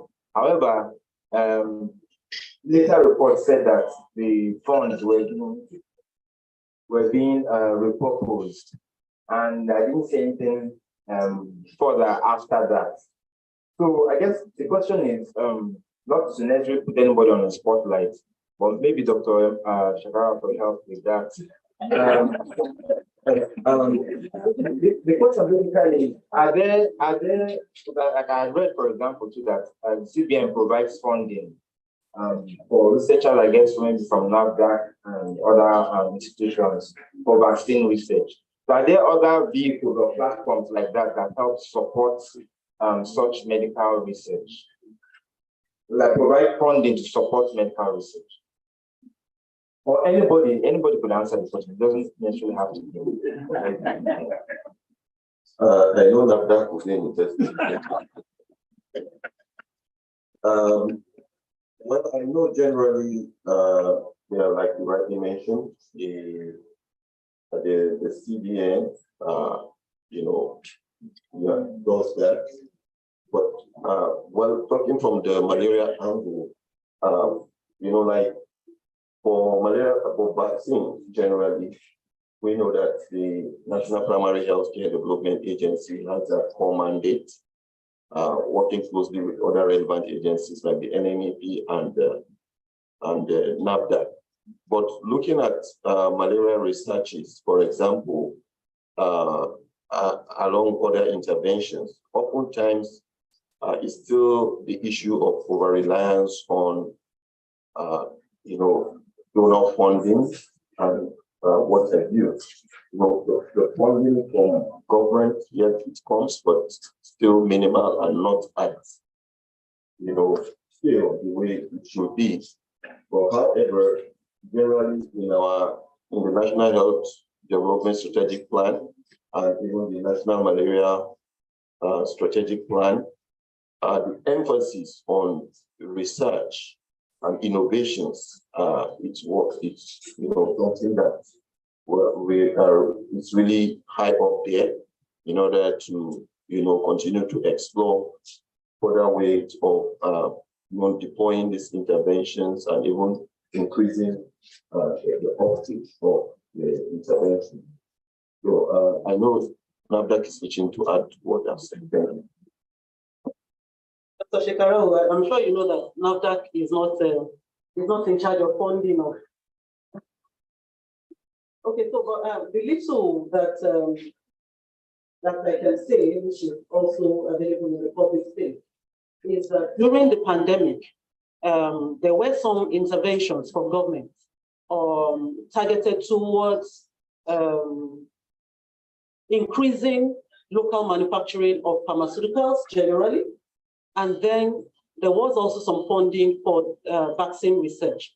That is part of what I mentioned earlier, the vaccine consortium that was set up.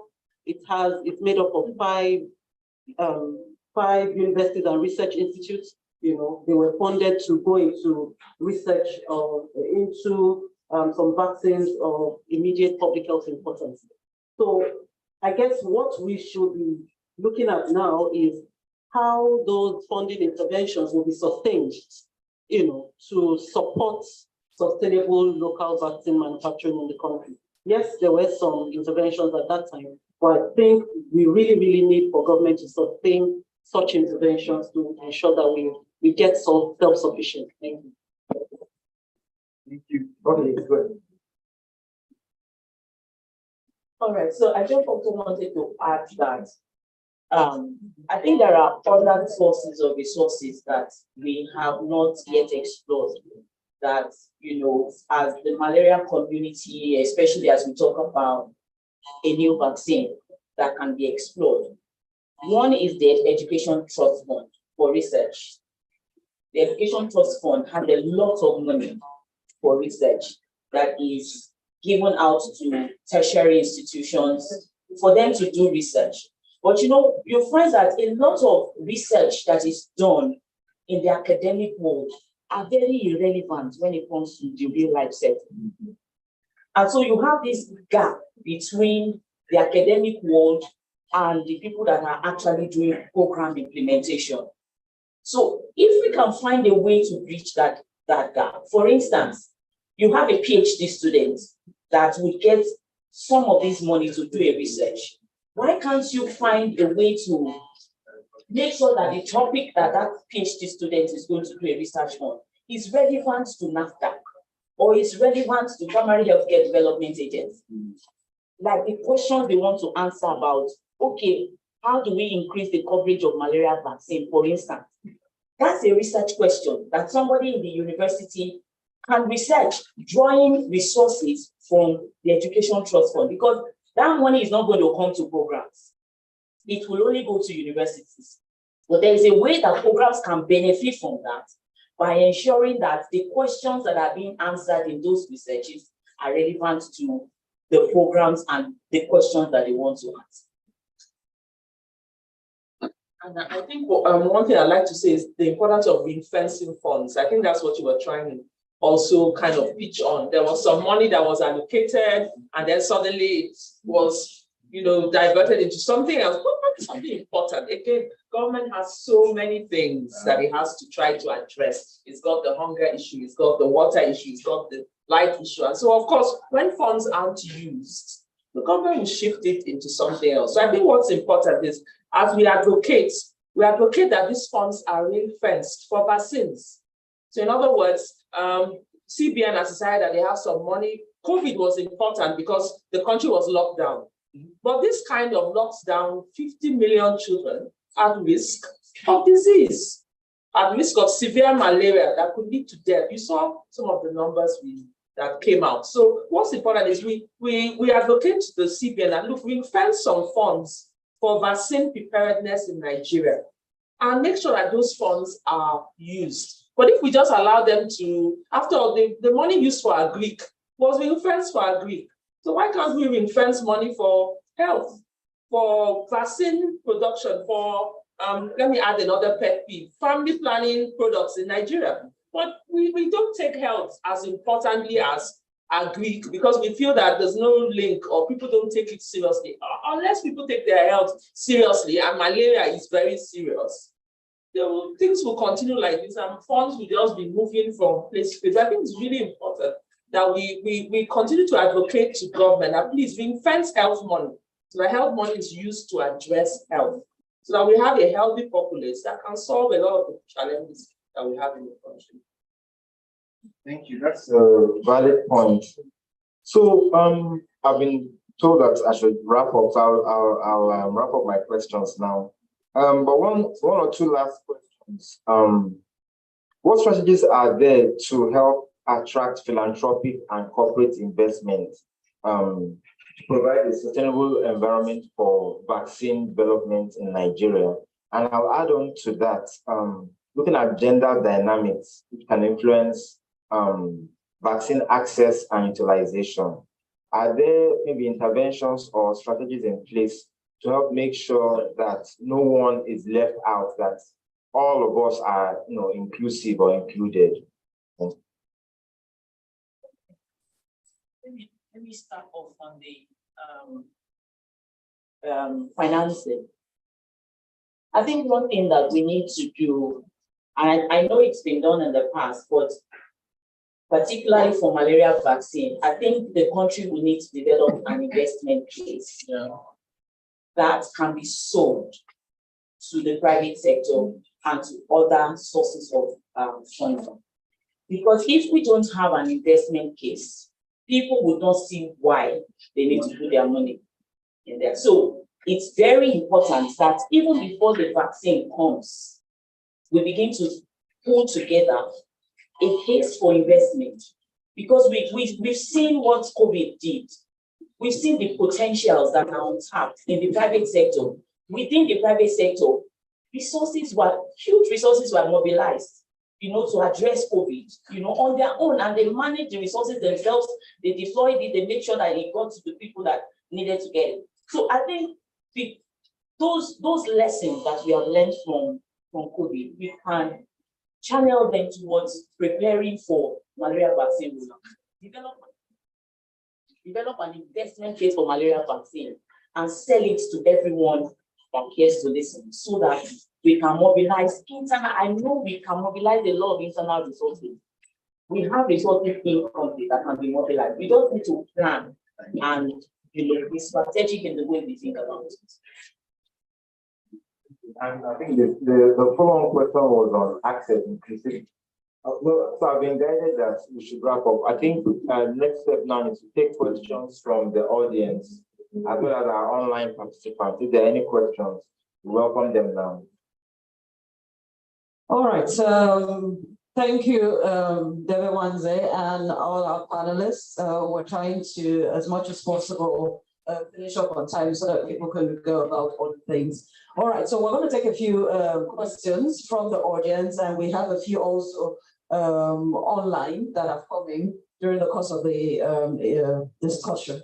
So by a raise of hands, can we see the people who want to ask questions? So we'll take all the questions at the same time, and we'll have the panelists respond to them as fast as they can. So we'll take numbers so that we don't miss it all. So we'll start 1, 2, 3, 4, 5, 6. So let's start with 1. 1 will be Prof. Prof is asking questions when we should be asking them questions. I don't understand. It will be both ways. Yes, I really enjoy the panelists. You have really enlightened us the more. Yeah, my questions are multidimensional. First of all, the issue of storage of the vaccines. We said we want to learn a lot from the COVID vaccine. If you remember that for us to adopt the COVID vaccines, there are 2 that we adopted, I think Moderna and which other one now. We adopted them because we did not need the cold chain for them, because they were going to be able to store them elsewhere. And then, so that was what we did then. So, and if you know that the issue of cold chain has often been a problem, I know that there are some local government areas, I have seen myself in working with some communities. There are these solar deep freezers, and those deep freezers work perfectly well. I think we should consider deploying those kind of freezers and things like that, to various levels. And then when that talks about sincerity availability, then the issue to NAFDAC, the issue of clinical trials of the vaccine in Nigeria. I think deliberately many of these people avoid Nigeria when they want to do some of these trials. They prefer going to East Africa, Southern Africa, and Ghana. And the reason is because they know that in Nigeria we have all the materials, we have the experts that can do all those things as well. But they prefer going to those areas because they are more docile. Many of them don't ask too many questions. But we also have some problem in Nigeria. The problem is that we don't put the round peg into the round hole. We put the person who is my friend, who is member of my, use one sentiment or the other. Let me give you one information today. Do you know that RTSS was actually also tried in Nigeria before. They did it in Jos and in Enugu. And those data were never used in tomorrow. When I was told about it that they had been doing the trial in those two places, I knew it cannot work. Many of us knew. And we knew why. At that time in Jos, there was a lot of upheavals. That was when you had this chaos crisis. And we said, why would you go and say that it should be done there? And then in Enugu, so we asked the question, who are the experts that will do clinical trial of that nature at that time there? So these are the problems. And then we also know that NAFDAC has a rule that for any drug to be deployed, you must do the clinical trial in at least 2 geopolitical zones. So is this rule still there, or we have an exemption for the vaccine? And yes, again, the exit of GSK from Nigeria. Good enough, GSK is not exiting Nigeria alone. In fact, Nigeria is the last country that they are exiting in Africa. So it's not an indictment on us in Nigeria. But for us, we are a big country, we have resources, we have everything. We were looking up to GSK to actually help midwife production of the vaccine in Nigeria.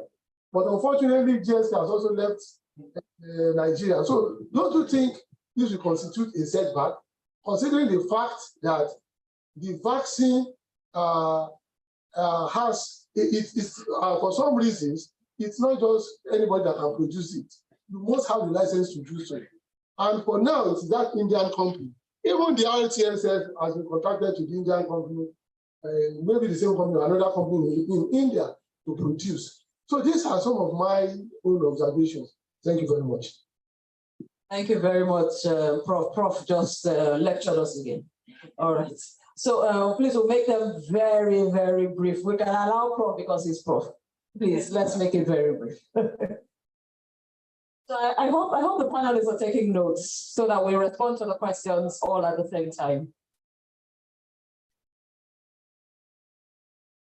Okay. My appreciation first goes to the panelists, and then I think Dr. Olubishi, she mentioned on vaccine hesitancy and vaccine uptake, which is very key. And then during the course of the presentation, I also heard that there were data collected on ADR in Burkina Faso, etc. But my own question at that point is, were those data on ADR classified based on mild, moderate, and severe? In the sense that if it is low, and then the information we might be passing out from this symposium will also be part of the benefit also equally outweighs the risks. It is linked up to acceptance of the vaccine, because there is no village or no house in this country that malaria requires an address before it visits it. So when we look at it, in those classifications, based on either mild, moderate, or severe, will also be very critical in the vaccine acceptance. And beyond that, Prof also mentioned that the R21 vaccine, the clinical trial wasn't conducted in this country. So be as it may be, it is also conducted in the Africa agreed upon. But by the time the vaccine comes to Nigeria now again, we are not going to be surprised if we can even have more ADR compared to what was gotten where the clinical trial was conducted, because of pharmacokinetics and pharmacogenetics. So how do all those things come together so that we can contain it, and it will be part of information that will improve the vaccine acceptance? That's my question. Thank you. Three, who's the next person?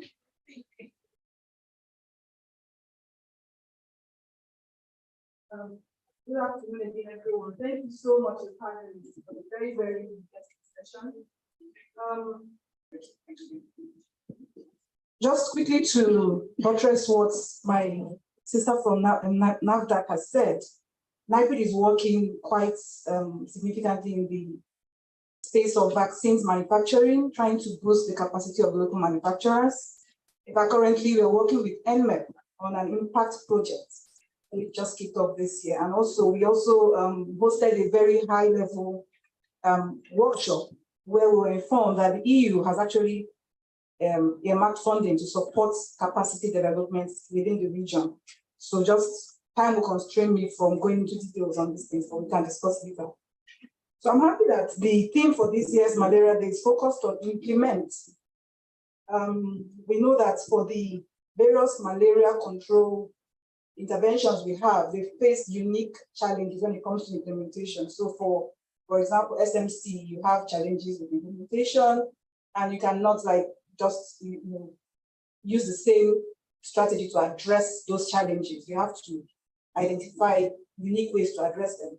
So I'm happy that NOIPolls has shown us that awareness is quite low, but willingness to accept is high. Now, it also brings to bear the question that the vaccines will be delivered through the EPI program. And we know that for the children who receive these vaccines, they are caregivers, the mothers, and those who bring them are the people we should really need to engage with for uptake. So, children, the last demographic health survey showed that 31% of Nigerian children actually received full coverage for their EPI vaccines. And we still rank highest among countries where they have the highest zero-dose children. So this vaccine is coming focused for children under 36 months. So what are we doing to ensure that we improve uptake? Currently, we are low. We are quite low when it comes to EPI uptake, 31%. And we want to add on to this EPI program when we are still on an average of 31%. How are we going to address that challenge?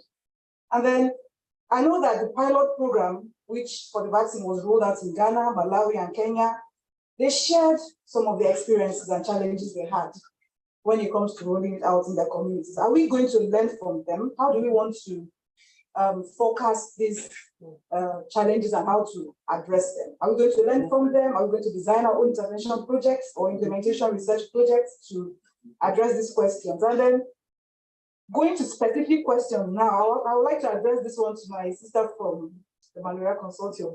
How are pilot states going to be selected for rolling out these vaccines? Are we going to use malaria prevalence data from the mixed survey that NMEP did to prioritize high burden states where you have the highest prevalence of children with malaria? Or are we going to use EPI coverage?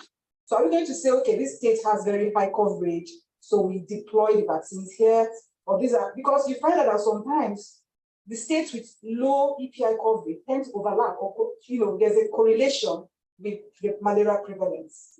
So how are we going to select the states? Because you said for equity, how do you explain to one state, I'm going to deploy here, or I will not deploy here? We need to really tell people these things. And then my next question goes to my sister from NAFDAC. How are we going to try out these vaccines? Are we going to do it simultaneously as they are being rolled out?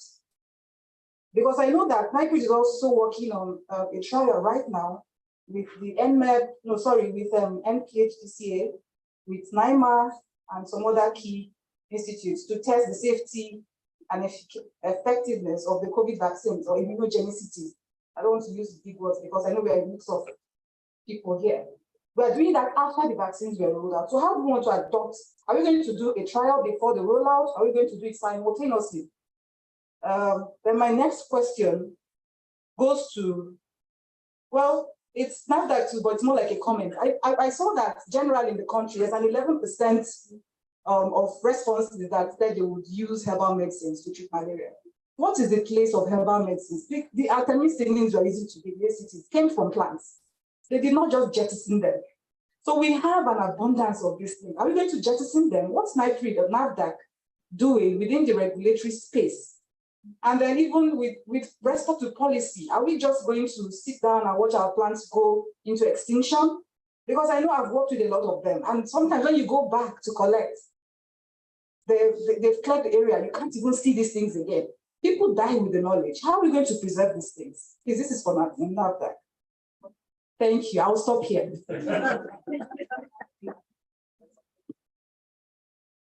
I almost feel sorry for the panelists. There's many questions. Thank you for a very robust conversation so far. Please, I wanted to start by addressing some of the findings from the polls, especially when it comes to the lab testing for the malaria diagnosis. So what was asked on lab testing? I don't think there was no specification to the use of the rapid diagnostic test kits. And you know that this, I feel that that might have skewed the results that you got, because people do, I'm so sorry, man, forgetting your name. But as she pointed out, most people in Nigeria access healthcare not from the hospitals, but from PPMVs and from pharmacies. And part of NNEP's policy is that they train for the test and treat malaria policy. They train PPMVs and pharmacists on carrying out these tests. So I do think this is something that needs to be looked into. Also, I was quite, when you were presenting, Dr. Chike, I was quite alarmed to see that 17% of those polled were not aware of where to get the ITNs from. I think this is something that NMEP should take into cognizance, they should take into consideration, because 17% is actually quite significant, it's considerable. So if people are saying that one of the reasons why they are not utilizing ITNs is because they don't know where to get the ITNs from, and having been involved in a lot of field activities that have to do with malaria implementation, I have actually come across people who have, especially pregnant women who have, or women with little children who have complained about not having this access. So that would be my question to, my first question to Dr. Shekarau. My next question would be, also I'm coming back to the poll. It was very interesting. So sorry that I seem to be beating you. But as to the finding on awareness, I would like to know if it was disaggregated to see what health workers, the percentage of health workers, their awareness when it comes to, because these are the people that are going to be at the forefront of the implementation of this vaccine rollout. So we would like to know if people are saying they are not aware, what is the awareness of the healthcare workers who are going to be at the top? Then I want to come to, I'm so sorry, Matt, but I want to start by applauding NAFDAC for this decision to have the clinical trials done in Nigeria. I am one of the people who believes that this would go a long way in improving the confidence of the general population when it comes to the vaccine uptake. We also, even though we don't think we're going to have the same vaccine hesitancy issues we had with COVID, but if there are any, people want to believe that my people have had it tested within my population. So I do believe it would help. What I do want to ask about is, I'm aware that one of the things that came up with the COVID vaccine rollout was the medicine safety app, the mobile medicine safety app. You mentioned not having the figure, it's close to 70% of the ADRs that within the National Pharmacovigilance Database are actually from the COVID vaccine. So that application really helped. My question is, are there any other, because I think when it comes to rolling out the malaria vaccine, looking at the preponderance of malaria in this environment, I think the need to increase tools or reporting channels when it comes to AEFIs is something that should be looked into by NAFDAC, especially when we're considering this vaccine rollout. And then I also want to ask about the WHO pre-qualification of these, when you were mentioning the vaccine manufacturing, the measures being put in place. One of you said you used the exact terms I would have used. The process is quite capital intensive for local manufacturers, especially when we're looking at the process of WHO pre-qualification for global, to reach global best practices and all that. My question is, Is there anything being done beyond the measures that you said? These measures don't seem to come to the manufacturers themselves as, making it more cost-cutting. One of the things I'm aware about countries that are that have been approved for a lot of their medicinal products are approved for WHO pre-qualifications, that the country itself is supporting them in terms of funding for the manufacturing process itself. So my question to NAFDAC, I know this is not NAFDAC's responsibility, but I'm fetching from your well because you seem to have a lot of knowledge on that. My question is,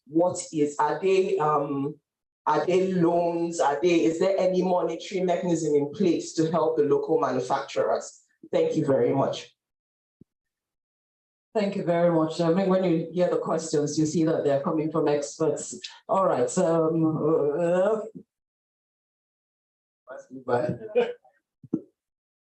Good afternoon, ladies and gentlemen, and the protocols. My concern is about the number of vaccines that have been targeted to be rolled out.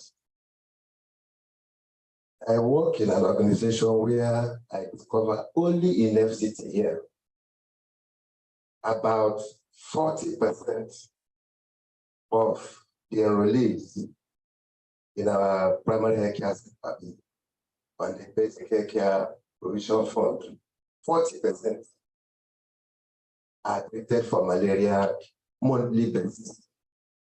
And when I equate that with the rest of the country, and I compare it with the number of vaccines that have been targeted to be rolled out in Nigeria, I am of concern that it will not go any place for us to have a verifiable clinical or trial. Because when I look at that number, how many were quoted in the presentation? So we started with 100,000. And I'm talking about FCT that we are having 23,000 monthly, and 40% is already being treated for malaria. If I extrapolate that with all the states of the Federation, how can 100,000 go around? It will be very, very difficult for us to have a meaningful trial. And so let us look at that number and see what can be done to increase it. Secondly, I'm happy to hear that in the 40s, Nigeria were producing vaccines, even for poultry, everything. Adjust. Only for us, after all this number of years, we cannot talk of any vaccine production for humans. This technology is not cast on stones or difficult to import. Just like Professor said, I remember during the COVID, a Nigerian professor was made the head of a team to develop local vaccines. And that team was nationally inaugurated. And now, even few years after COVID issue have died down, we have not heard anything about that committee. And the government is not saying anything about it. That goes back to what the professor said. Our government's attitude to research or medical research is very, very poor. We have a lot of scientists in Nigeria, even with international experiences and exposure. All those places that vaccines are being manufactured outside, our people are one way or the other. Some of them have worked there. It is only government commitment to development of research institutions and research-oriented activities in the country that can help us to overcome all these problems of not being able to manufacture any vaccine locally. It can be done with government support. But we're not getting that. We are not. So the government should be meant to face up to the realities of medical research support in the country, not just doing from buoyant buildings here and there, bridges here and there, and meanwhile, health is relegated to the background. Thank you. Thank you very much. I think we're taking the last one now. That's the very last one. Then we'll have the panel respond. Thank you to the panelists. My question is, why is it taking too long to develop malaria vaccine? And if and when it comes out, is it going to be free or is it going to be subsidized to the people? Thank you. Okay, before I go back to the panel for responses, we have a few responses that are coming online. This is from Dr. Simbia.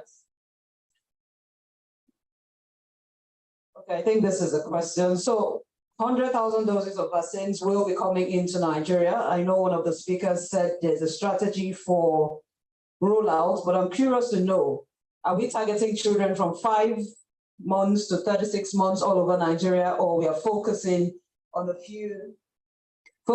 few states first? Secondly, during the presentation of NOIPolls survey findings, 87% of Nigerians are willing to receive vaccines. Okay, there's a comment. So that was from Dr. Simbiat. This is during the presentation of NOIPolls survey finding, 87% of Nigerians are willing to receive malaria vaccines if made available. I wonder if the same figures will be seen if we ask them whether they will be willing for their under 5s to be vaccinated. What assurances does the government have in place to increase the trust of parents for this vaccine? Nobody wants their children to be scapegoats. So I'm going to take a few more and we'll respond. Are there any side effects from the vaccine after consistent use? Also, how well is the federal government doing to publicize the use of it? Another one says, is there a possibility of having a lifetime malaria vaccine? This says, does the vaccine have any side effects on pregnant women and nursing mothers? Another says, will it cost so much to see the vaccine up and running in Nigeria? At what point has government supported the production of the vaccine? Because to us Nigerians, there's not much information available to the public. Okay, so this is all of it. Is that all? I would like to ask if the current resistance of the malaria parasite is being considered in the vaccine creation and clinical trials being carried out. Okay, so we'll have, I know this is a lot and we're trying to wrap up as fast as possible. So we'll have the panelists respond to any of the questions or comments that have been said, and I would appreciate if we can do that as fast as we can. Let's start with Dr. Shekaral, he's the only man on the panel. All right.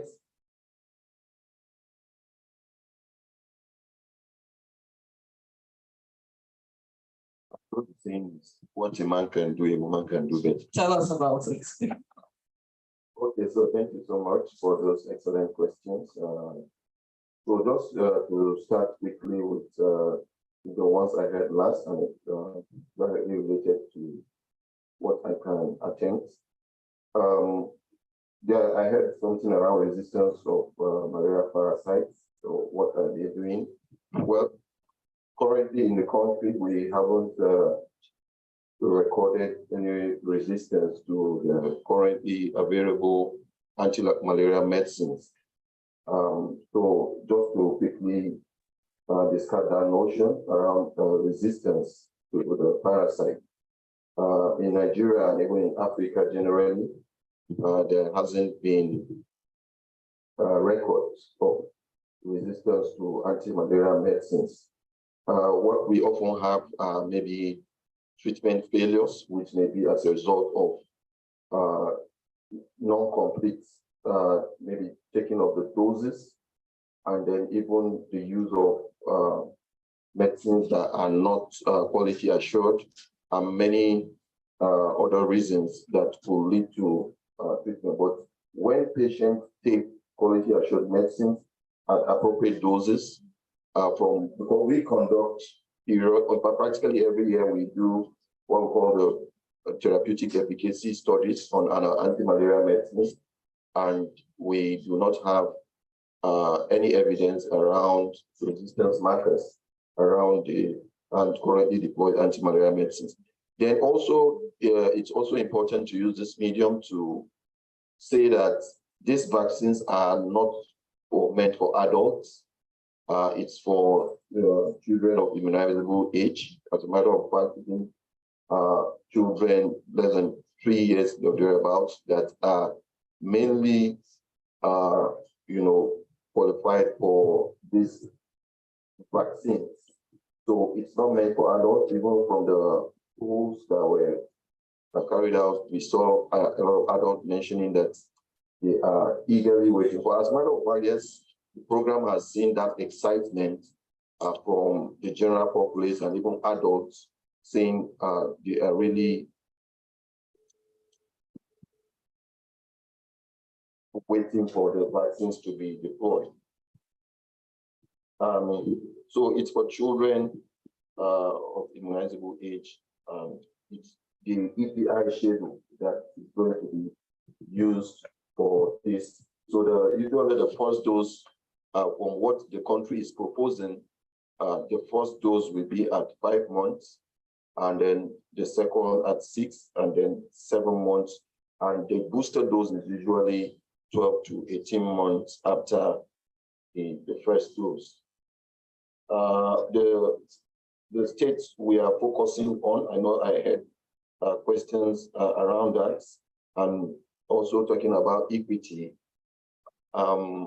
We had tried to, because like had been mentioned, the doses, I think the dose somebody mentioned around 100,000 doses are those for the R21 metrics, which is, I think, meant for some kind of studies or clinical trials. It's not for the actual deployment, because the R21 has not been pre-qualified by the World Health Organization. It's still undergoing that screening, but the hopes are very high around this particular vaccine being pre-qualified by the World Health Organization, and it will also even increase the access to the medicines, to the vaccine when that particular R21 gets pre-qualified, because the currently pre-qualified one, which is RESS, is the availability, or there's a global or limited scarcity, the limited quantities and the global scarcity of this particular RTSS, which has been recommended. We all know it. Only one company that is currently manufacturing that, I think the GSK, and even all the malaria endemic countries that have indicated interest in accessing this vaccine are qualified to have 1 million doses. The country had applied for this, and we have a kind of approval for this, but currently the anticipated number to the country is not available to be deployed to the country based on the time the country made submission for the vaccine. And even when it's going to be deployed, from the quantities that have been indicated, that will be supplied to the country is about 1 million doses, and it's in 4 doses. So that will mean it's about maximum of 250,000 children that will access or that will have this vaccine. So our selection has been targeted at the high to moderate, based on WHO guidance, high to moderate burden areas. As a matter of fact, the country did not even look at the moderates, because we just targeted the high burden areas, which for the country, we have about 398 local government areas that fall under the high burden areas. But based on the available quantities that we anticipate that will be in country, And the earliest that could be in country is in 2024, and that's even still based on availability, because as it were now, there is no assurance of having even those million doses in country by 2024, which was the earliest possible time that we expected this to be available in country. So we had based selection based on each zone for equity. So all the zones in the country will be looked at, and for each of the zones, the state with the highest burden was looked at, and then we also lower down again to the local government areas. We tend to have, based on our stratification and burden estimates, those local government areas were also selected, looking critically at the quantities that are available. Like I earlier mentioned, about 250 children would mainly benefit from this. I think those. So yeah, or whether the country learned from other countries that had piloted this. I know when the expression of interest came for those countries that had piloted, Ghana, Malawi, and I think Kenya, we had learned a lot of lessons. There had been even workshop organized both virtually and physically to share lessons from those countries. And one of those things that countries were advised is for the relevant organizations to work very closely. The National Primary Healthcare Agency, that's the EPI program, and the National Malaria Programs should work closely, should have a very concrete and robust communication strategies, and many other information that were made available that time will not permit. But yes, the country had worked closely with those countries, and EPI programs were used to deploy this. Some countries started at 5 months. I think one of the countries, Malawi, started from the 5th month, which is the channel that the country is planning to look at, while some Ghana and Kenya started from the 6th month. But of course, the gap in between each dose should be a month interval. And that the first 3 primary doses, then the booster dose, which is supposed to be 12 to 18 months after the first dose. So maybe just to mention from the proposal we submitted, some of the states we had tried to target on, for example, in the Northwest, the Kebbi State has the highest burden. That was targeted. In the Northeast, Bauchi states, in the Southwest, Ondo states, in the South Cross River, which other state? North Central, Nasarawa state, and then the Southeast, Ebonyi state, if I'm not mistaken. So those were the states that we have tried to see to commence phased rollout. That is the terminology we're using. It's phased rollout and not pilots, because that is where this vaccine has been piloted in 3 African countries, and the evidence is adequate enough for the country, and countries have been advised to just go ahead and roll out in phases, based on availability. I think those were the questions in my purview that I could answer, but I know colleagues are also itching to respond to some. Thank you so much. Let's have at this point the other panelists respond as fast as possible to the other comments that have been made. Okay, so. All right, so let me respond to the question around how do we improve malaria vaccine considering EPI coverage. Yeah, so I mean, the EPI platform is what the country has decided to ride on.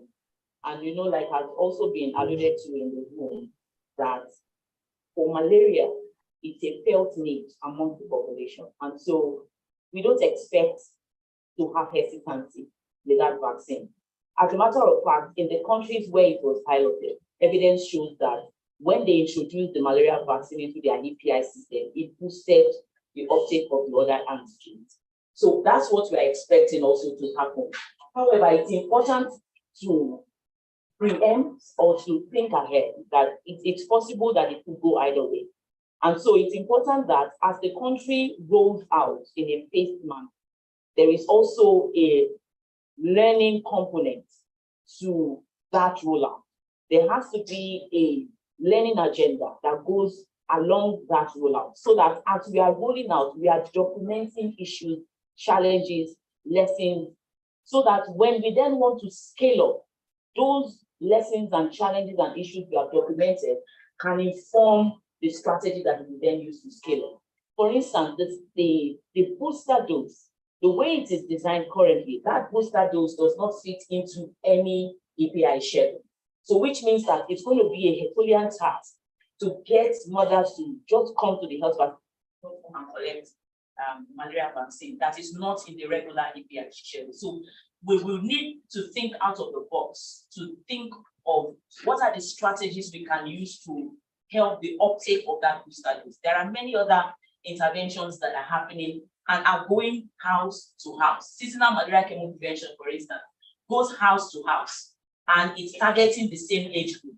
Do we want to think about putting that booster dose on the SMC platform so that it can help to reach all the children? So those are the kind of things, and it will be important to design it in such a way that you are able to collect those information as the rollout, as the phase rollout is executed. I also wanted to speak to the question about lifetime malaria vaccine. I think the person was asking whether it is possible to have a lifetime malaria vaccine. I don't know. But what we have now, what has been delivered over 60 years of research is that by the time you get the booster dose, the maximum protection you can have is just about 2 years after the booster dose. That's where research has brought us to right now. But research is, it's evolving, and we don't know. It's possible that somehow they will stumble on the lifetime malaria vaccine, but for now, we do not have such.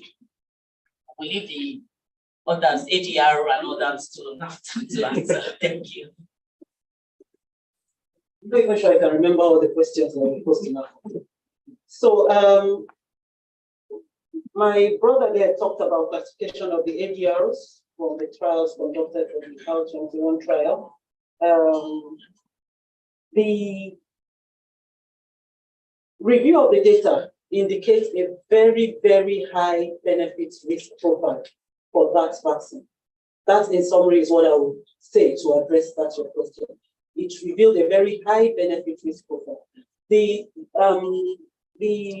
adverse effects, or what would I call them, that were observed were just things like injection site pain, some fever, and convulsion in 1 out of 1,000 patients, So, and those are similar to what has been experienced in the trials of other already established vaccines. So it has a very high benefit risk profile. And of course, we're still going to do our own trials here, where we're going to gather our own data, to lend credence to what we already know. In terms of more tools for AEF 5 years, it's a system of continual improvement. 5 years ago, we didn't have med safety app. So it's a system of continuous improvement. We keep moving, and we'll try to get tools that will be very convenient to use and will also target the relevant sectors of the population. When the med safety app was deployed, a lot of people were like, the people in the village, do they have internet? That kind of thing. So, but then we also have that system of monitoring at the point of use. So these are evolving situations. So definitely more tools will come up, but they will be targeted at ensuring that we actually achieve the goal. Financing mechanisms in place for local manufacturing.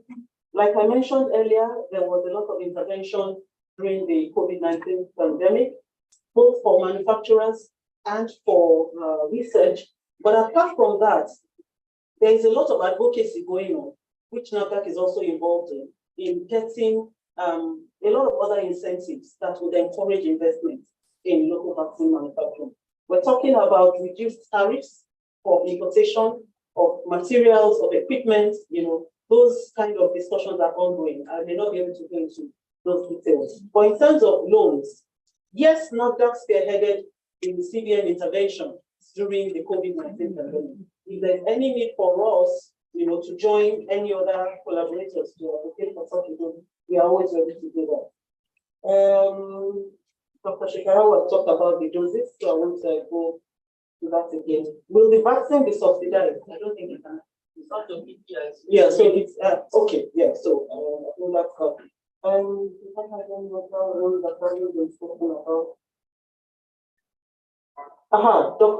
Professor Ademo, you asked about conducting trials in at least 2 geopolitical zones. The rationale behind selection of trial sites primarily is dependent on the epidemiology of the disease you're trying to study. That is a key consideration. So it doesn't necessarily have to be restricted to 2 geopolitical zones. You look at the epidemiology of the disease, you look at several other considerations. But let me just rule it out that it is not a law, that you use at least 2 geopolitical zones. I mean, for want of time, I will not be able to go into all the other details. Any other? Okay. I think maybe I just wanted to talk about the whole challenge with the 18% zero dose and the issues you were talking about related to the EPI. Now, the EPI is the best approach to reaching as many people as possible.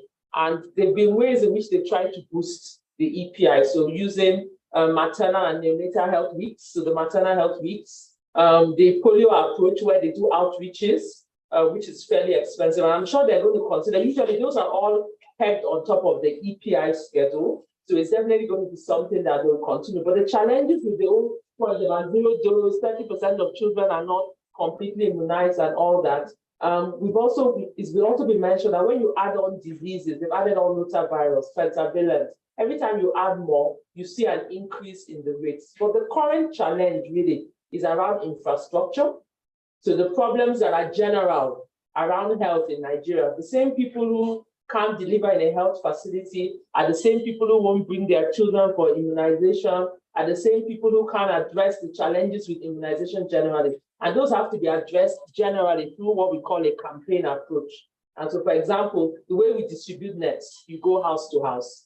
You have to go to villages, cross waters, do things. But those things all have to be taken into consideration as we scale up the malaria vaccine. And I think the last thing I want to say is the malaria vaccine is for children. It's not for adults. It means everybody over the age of 36 months is still at risk of malaria. And of course, those who are now protected, who are between 0 and 36 months, they will still get to 4 years, 5 years, 6 years, and they're still now at risk of malaria. Most of us, people who were born abroad, by the time you come back to Nigeria, you have malaria. So the other ways in which we protect ourselves from malaria, nets, she's mentioned seasonal chemoprophylaxis, making sure you do a malaria diagnostic test if you have a fever. The issues around so even indoor residual spraying, nets on windows, all those things are still critically important in the fight against malaria. So let's not just focus on vaccines, because vaccines cannot alone solve the challenges we have with malaria. It is human beings that infect mosquitoes. I hope you know that. So if we don't protect ourselves from the mosquitoes or protect the mosquitoes from us, we will keep infecting them and they will keep infecting other people. So please, everything is critical. It's a joint effort. There's the vaccine, there's insecticide-treated nets. 51 million nets have been distributed in the last 2 or 3 years. There's the seasonal chemoprophylaxis, there's indoor residual spraying, there's malaria treatment and care. For people, when you are sick, you go to the hospital. Everything must be taken into consideration as we try to address malaria in Nigeria. Thank you very much. This is quite robust, and I thank all of you for being a part of it. But just before we shut down and we do the closing remark, I have a peculiar request here. This is from pharmacist Idiot, and if you know, she came in late. She was actually running around looking for this place. So she wants to contribute to this. She's the CEO, Community Health Access and Consultancy. So we'll just have a comment and then we'll wrap up for the day.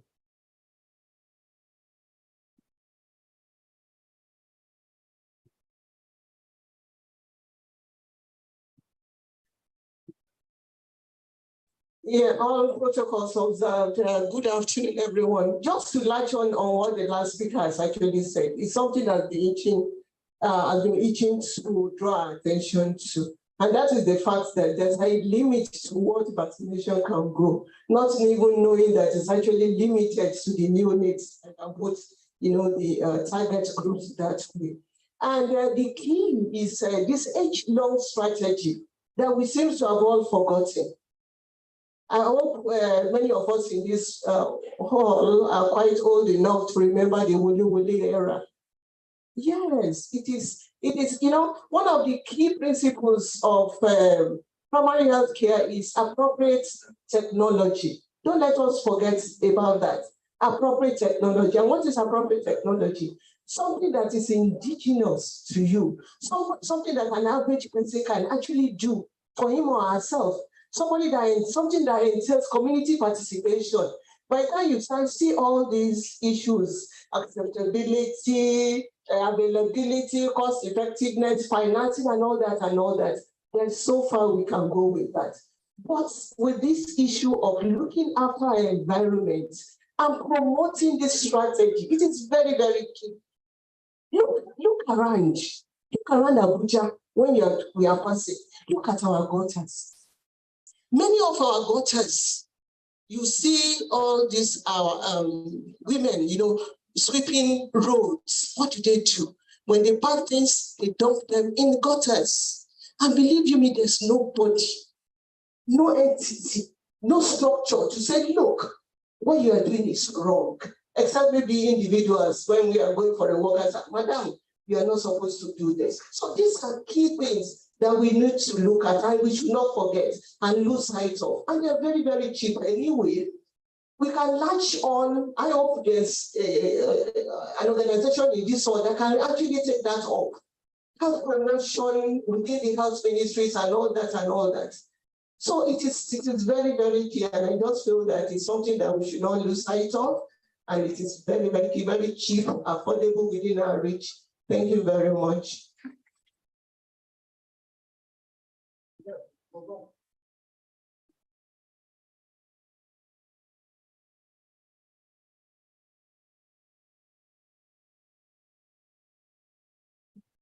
All right, thank you very much, Pharmacist Idiat and Ifilo, thank you very much. And this is, I guess it's at this point that we wrap it up, but just before then, a question was thrown to NOIPolls as regards the poll that was presented. So I would allow Dr. Chike respond to that, and that will be a wrap for the day. Thank you, everyone. And just to respond, there are a couple of questions on the polls. The first one was about the testing. So we didn't really specifically ask what type of testing that was done, but the testing question was mainly to those that said that they went to a hospital. So one will assume that is either the RDT or the blood test. So we didn't specify on that. And on the awareness, again, we didn't also check the categories to know whether it's what the awareness was against among our workers. That's also a little bit difficult for us to do because we're calling the general public, and the general public health workers are a very small proportion. But as we go further into this conversation, yes, we'll definitely be able to explore that further. In following what Nelly said, I really want to say a huge thank you to everyone that participated today.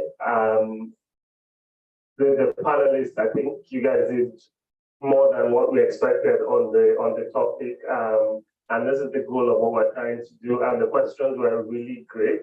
I think for us, the purpose here has been achieved, and it's for us to take these conversations forward for whatever step that we are. And the participation, there's a lot of partnerships that could come from this collaboration. That's what we try to encourage. And we'll keep this conversation going forward and be sure that at least Nigeria is on the step of getting this done. Thank you, everyone.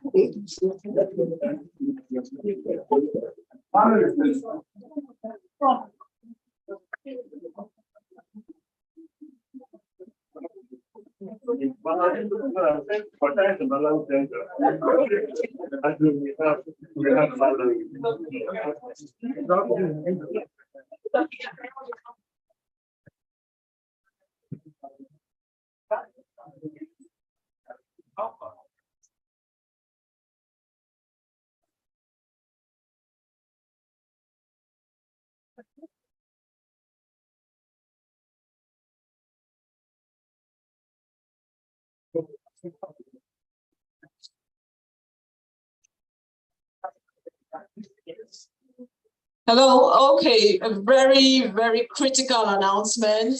There is refreshment just outside the door. That's very critical. So when you open your conference materials, there's a meal ticket. You exchange it at the point where the meal is being settled. Please, we have more than enough to go around. Thank you all for coming. We appreciate it. Thank you for coming.